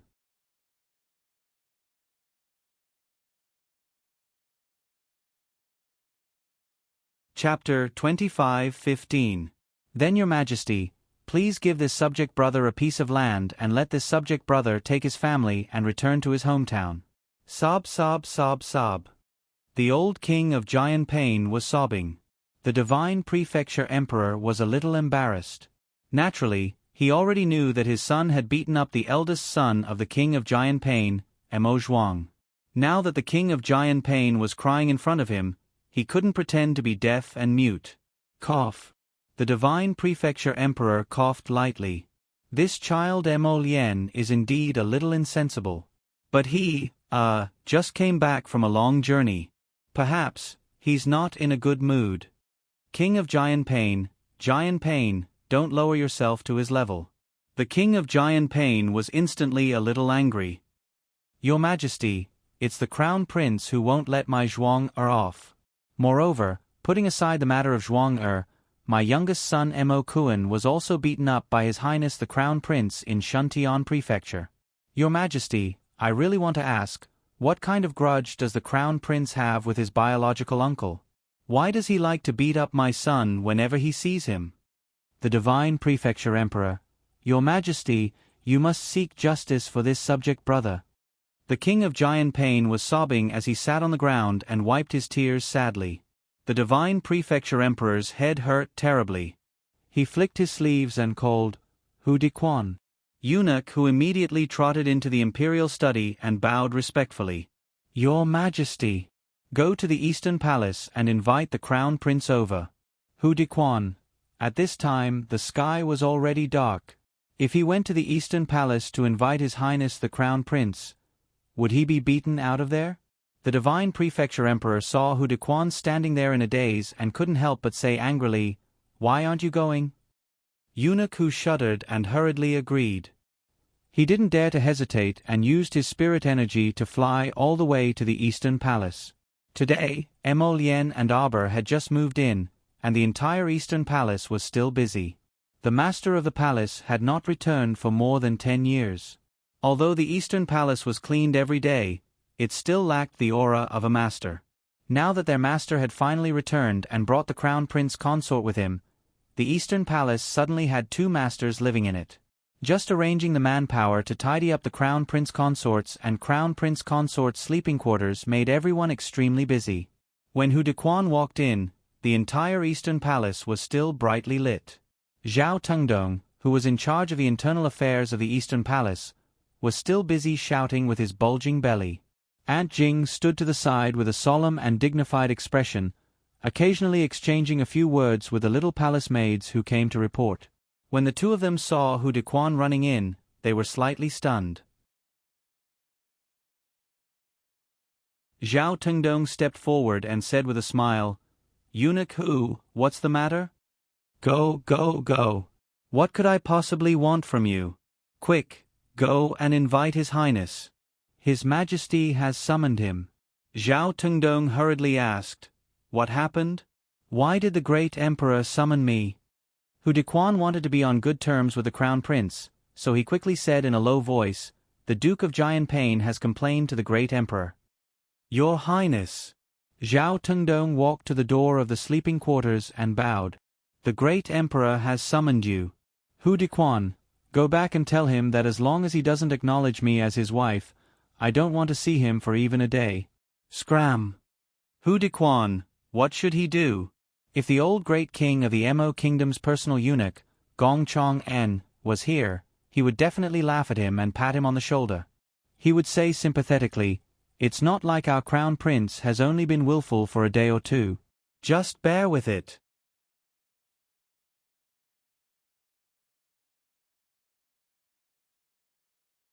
Chapter 25:16. This servant is Kai Xiu. Kai Chi. Greetings to the crown princess. Two delicate palace maids around the age of 18 or 19 bowed to Arbor, their attitudes extremely respectful. The young crown princess was currently drooping her small head, listlessly half lying on the red jade brocade couch. The crown prince was currently sitting by her side. Ever since they'd just returned, they'd heard His Highness the Crown Prince continuously teasing and talking to her. One moment, he'd give her this food, and the next moment, he'd use that food to coax her. This treasure was extremely rare. The way their masters interacted with each other made the two palace maids feel a bit surprised. For some reason, they felt as if their roles had been switched. Why was it His Highness the Crown Prince who was rushing to coax this young crown princess? This was because in their three continents, the existence of women was definitely weaker than men. This kind of situation would be even more vivid among cultivators. There was no other reason. On the divine continent, male cultivators were generally stronger than female cultivators. Even the heavens were 100 times harsher towards female cultivators than male cultivators. When cultivators broke through the final checkpoint of the spirit realm and ascended to the deity realm, the success rate of female cultivators in the 5 spirits reincarnation trial was only 1% of male cultivators. This established the irreversible supreme status of male cultivators in the 3 continents. Unless it was a few noble ladies from large aristocratic families or women at the peak of power, when they ascended to the spirit realm, they could rely on all kinds of magic treasures, spirit artifacts, or divine artifacts that their families found to maximize their own ascension rate. If it was an ordinary female rogue cultivator or a woman from a small family, then sorry, these people would face thousands of dangers in their advancement. If they were not careful, they would probably end up with their bodies and souls destroyed. As a result, in the divine continent, female cultivators who could reach the deity realm were extremely rare compared to men. Many female cultivators, because they cherished their lives, would forever stop at the peak of the 15th level of Great Spirit Master Realm. There were also quite a few people who existed. Because of this fear, a trace of a crack appeared in their hearts of cultivation. As they grew older, this feeling of not daring would spread throughout their entire bloodline. In the end, this group of people would sink into depression, never daring to take even half a step forward. Many women from small clans, if their talents were not bad, would be taken away by their clans to exchange for some resources and provide them to male cultivators as cultivation furnaces. They had no right to refuse. The family groomed you, and now they want to use you. What right do you have to refuse? This was the sorrow of the women of the small forces in the upper 3 continents. Therefore, it was already a very lucky thing for weak girls like Kai Xiu and Kai Chi to be sent to the imperial palace by their families and obtain a lifetime of peace. As long as the two of them served their masters well in the palace, worked hard to maintain a correct attitude, and did not make any mistakes, then the two of them would be able to survive until they left the palace. They would receive a sum of severance pay from the palace, and when they returned to their hometown, they would be able to buy a few mu of land and hire a long-term worker to farm. There was an 80% chance that they would be able to live out their remaining years in comfort. As for Kai Xiu and Kai Chi, they were both extremely dutiful and honest palace maids. Ever since they entered the door, the two of them did not dare to look around. They only respectfully saluted and stood to the side. When Abba heard the sound, his eyelids only slightly lifted.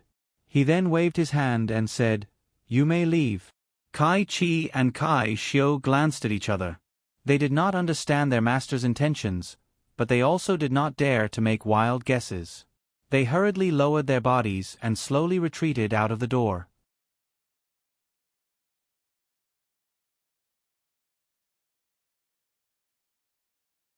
Chapter 25:17. Both of them felt uneasy in their hearts. They were afraid that they wouldn't be liked by the young crown princess. After all, judging from the current situation, the young crown princess was very favored by the crown prince. If she revealed any displeasure towards them, the crown prince would definitely dismiss them. The young crown princess looked very young, but they didn't know what her temperament was like. Looking at her indifferent attitude, could it be that the young crown princess was antisocial and not easy to get along with? Both of them didn't dare to make any wild guesses. After retreating, they stood guard at the door. Until Zhao Tengdong came over, bowed at the door of the bedchamber, and told them about the emperor's urgent summons. Both of them heard very clearly that the crown prince directly rebuked Eunuch whose shoulders drooped, his neck shrunk, and he sighed as he left. However, Zhao Tengdong's eyes lit up slightly. It was as if he had discovered something incredible. This master of theirs who came from the 6 prefectures was truly willful. Kai Xiu and Kai Chi looked at each other and lowered their heads in silence, not daring to speak recklessly. Strictly adhering to their duties and not making any mistakes was their principle as palace maids. After that, the lights in the Eastern Palace were extinguished bit by bit. It was already late at night. After Eunuch returned, the people waiting for news from all sides seemed to have quieted down. The emperor didn't send anyone else to summon them. The old King Jian Pain was comforted by the emperor, rewarded with many things, and left the palace in a huff. Today's matter quickly spread to the ears of the major forces in and out of the imperial court. They were all shocked and horrified. Judging from the emperor's attitude towards the crown prince, it seemed that he was very indulgent. It seemed that the imperial capital was finally going to be overturned. The next morning, the warm sunlight outside the window climbed through the long wooden window lattice and shone into the bedchamber. The crown prince's bedchamber was naturally extremely luxurious and exquisite. Whether it was the table, chair, bed, cabinet, or even the small teacups and utensils, all of them were the finest in the palace. Just that red sandalwood crystal mysterious jade bed alone was something that the great emperor had ransacked the entire treasury. He didn't think that there was anything good about it, so he specially ordered people to use precious materials to forge it for more than half a year before he was able to forge it. This craftsman was a famous divine artifact forging grandmaster in the 3 prefectures. Then, he had specially made a bed for the crown prince. This was simply a waste of natural resources. Jojo lazed in bed until noon. When the sun shone through a curtain of pearls, agate and emerald beads and fell on her eyes, she slowly crawled out of bed. The little fellow stretched with all his might and raised his tightly clenched fists above his head. For a moment, he froze there. She hurriedly put down her small hand and looked at the 2 girls kneeling in front of her bed with a puzzled expression. For a moment, her brain seemed to have short-circuited. "Who are you?" She hurriedly wrapped herself in the blanket and looked at them warily. She raised her eyebrows and asked, "Where's my husband?" "Husband?" She was referring to the crown prince. Kai Xiu's temperament was calm. She quickly stepped forward and kowtowed, "This servant is Kai Xiu." "Kai Chi." Greetings to the crown princess. Regardless of whether the emperor acknowledged this little crown princess or not, all the palace servants and eunuchs in the Eastern Palace, from top to bottom, all addressed her as the crown princess. Because of the crown prince's acknowledgement, who would dare to provoke him? It was just a title. There was no need to make things difficult for their master.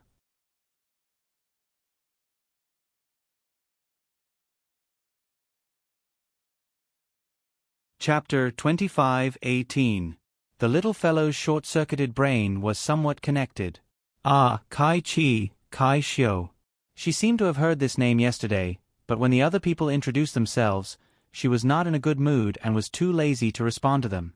"You 2 are palace maids from the Eastern Palace, right?" "Yes." Saichio slightly breathed a sigh of relief and hurriedly said respectfully, "This servant and Saichi were assigned by Aunt Jing to serve the crown princess's daily life as personal palace maids.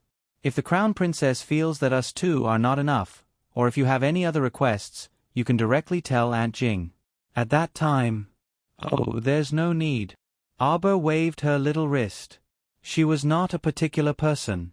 2 palace maids were already too much to serve her, so why would she ask for more people? Yes. Kai Xiu breathed a sigh of relief again. She was actually quite afraid that this little crown princess would look down on them and casually ask them to scram. In any case, there were plenty of palace maids in the imperial palace. Even if the crown princess did not like this batch, with her status, she could recruit another batch of palace maids at any time. There were plenty of various small families and aristocratic families who racked their brains to send their daughters into the imperial palace. Kai Xiu's temperament was calm and her words were dull. She was very afraid that her master would not like her. But looking at the current situation, she was afraid that she had already passed the first hurdle. Kai Chi's temperament was more lively. Seeing this, she hurriedly said with a smile, "Crown Princess, let a servant serve you to wash up." Arba blinked. "Where's my husband?" Kai Chi hurriedly lowered her head respectfully and said, "You must be talking about His Highness the Crown Prince." His Highness went to the study early in the morning. Several old officials came to pay a visit to His Highness. Oh. Arba nodded her little head. She lifted the soft quilt and jumped down from the bed. The two hurriedly stepped forward and let the little crown princess wash up and change her clothes. However, the little crown princess didn't need their help. She did everything on her own. Seeing this, the two girls heaved a sigh of relief. They were afraid that their master would be fussy and difficult to serve. However, from the looks of it, although the little crown princess's personality was a bit cold and she didn't speak much, she was very kind to the two servants and didn't put on any airs of a master. "Crown Princess, what kind of hairstyle do you like? Let's do it in a simple and relaxed way." The young crown prince consort sat in front of the dressing mirror. Her small, jade-like face seemed to be shrouded in a layer of pearl light. Her skin looked both delicate and fair, truly an indescribably beautiful sight. The two palace maids both inwardly inhaled. No wonder His Highness liked this crown prince consort so much. She was truly too beautiful.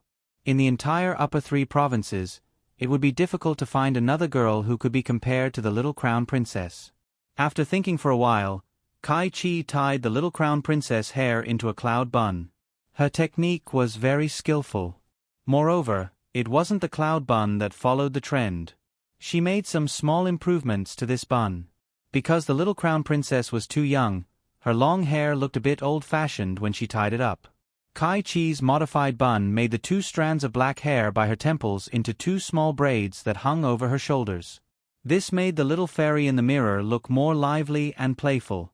Finally, she inserted the heavenly phoenix purple jade hairpin that the young crown prince consort had chosen, and put on a pair of light purple beaded flowers on both sides of the hairpin. This way, a charming little beauty stood gracefully in the mirror. Kai Chi's dressing speed was very fast. The little crown princess was also very satisfied with this simple and elegant appearance.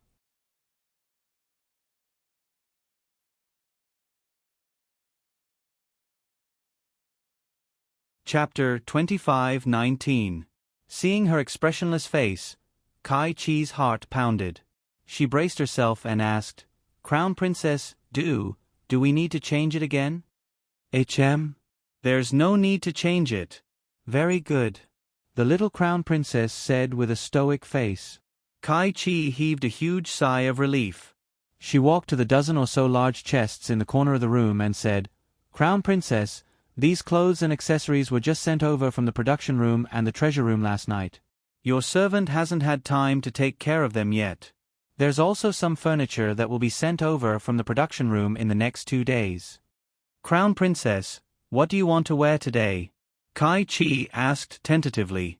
The little crown princess waved her small hand. "Anything is fine. Something simple will do."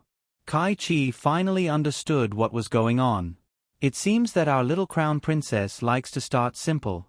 She doesn't want to do anything too complicated in the future. Arba thought for a moment and said, "I want to wear red today." She wants to wear a fiery red battlesuit. "Humph, I'll kill whoever dares to cause trouble." "Yes, Crown Princess. It's good that the Crown Princess is willing to state her request." Kai Chi quickly rummaged through the chests and found a dress made of red ostrich feathers and a white rabbit fur cloak. The red was like fire, and the white was pure. At first glance, the two palace maids were dazzled. Heavens, who wouldn't like such a quick-witted and adorable young crown prince consort? Crown Princess, the meal is ready. Please come this way. Sir Jojo followed the two palace maids out of the bedroom and went to the side hall to eat. Along the way, the palace maids and eunuchs they met all bowed their heads respectfully. They didn't dare to look around recklessly. Sir Jojo was somewhat satisfied. It seems that the management of the Eastern Palace is good in general. At the very least, Auntie Jing and Eunuch Zhao should be able to suppress these people with their authority. As long as they did not bother Jojo-sama, Jojo-sama would not care too much about them. Greetings, Crown Princess. Greetings, Crown Princess. Along the way, people bowed and saluted. Aber just glanced at them and entered the side hall under the guidance of Kai Chi and Kai Xiu. The two round tables were already filled with food. Xiao Mu found a seat and sat down. She furrowed her brows as she looked at the dozens of sumptuous snacks and side dishes on the table. Who sent it? The little crown princess asked calmly with an expressionless face. If Fong Su and Eunuch who were here, their hearts would definitely skip a beat and they would cry out in alarm.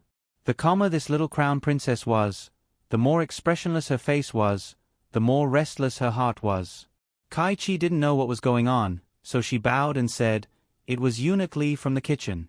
He brought a few palace maids with him." The crown princess nodded. "Call them over." Kai Xiu's heart skipped a beat. She smelled a trace of something unusual. Without waiting for Kai Chi to speak, Kai Xiu quickly bowed and said, "Yes." Then she quickly walked out of the door and whispered a few words to the two palace maids guarding the door. When she walked into the side hall again, she saw the little crown princess sitting at the table. She didn't even touch her chopsticks. Although she was expressionless, it felt like the pressure on her body had dropped a few notches. The two palace maids lowered their heads obediently and didn't dare to speak. They just stood behind the little crown princess.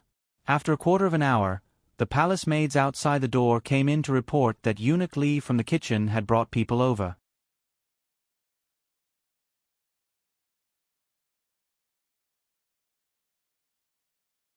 Chapter 25-20.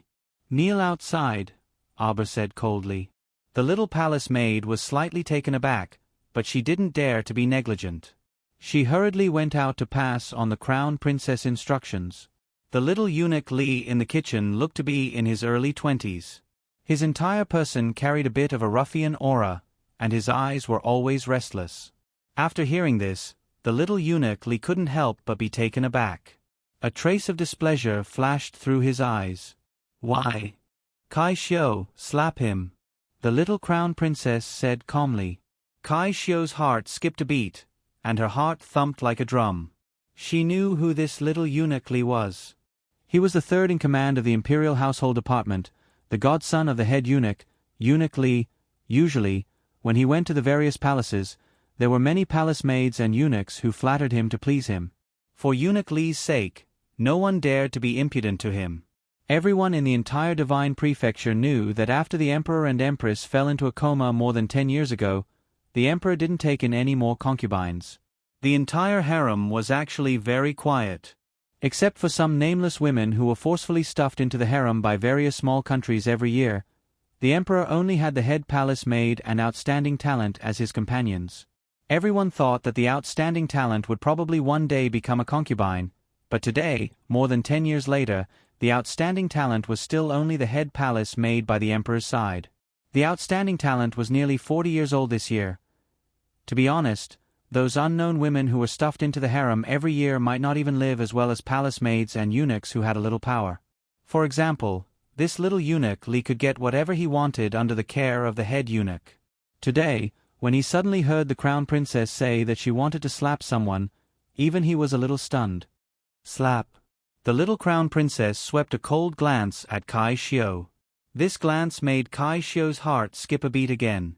She immediately realized that if she disobeyed the crown princess today, then she would no longer be of any use as a maid. Kai Xiu fiercely gritted her teeth, stepped out of the side hall door, and came in front of little Eunuch Lee. "How dare you?" Little Eunuch Lee's eyes almost shot out a poisonous light. He stared at the little palace maid in front of him like a poisonous snake spitting out a cold letter. She was just a little girl who was not recognized by the great emperor. The people in the Eastern Palace took advantage of the situation and called her the Crown Princess. Did she really think that she was the Crown Princess? Pa! Kai Xiu fiercely slapped little Eunuch Lee's face. This time, little Eunuch Lee's mouth was crooked. Little Eunuch Lee screamed. He was like an angry wild wolf. He raised his fist and punched at the little palace maid in front of him. Kai Xiu closed her eyes, calmly waiting for the arrival of death. This Eunuch Lee Jr. in front of her had a higher cultivation than her. She was merely a small level 8 mystic cultivator at the very bottom. In front of so many big shots, this kind of cultivation was practically negligible. However, after waiting for a long time, he didn't feel any pain. She opened her eyes and looked at little Eunuch Lee, who had a stiff arm and was standing in front of her like a clay puppet. His expression was slightly distorted, and her eyes widened in astonishment. Little Eunuch Lee was immobilized by the immobilization talisman and naturally couldn't move. His clenched fist made cracking sounds, and he was powerless to resist at this time. What an imposing manner! You still dare to retaliate? The Crown Princess's cold voice sounded from inside the room. Beat him 50 times with the paddle before dragging him here to talk. You're tuning in to the Narrate and Escape YouTube channel. Don't forget to subscribe and join us on this journey to catch the most captivating stories.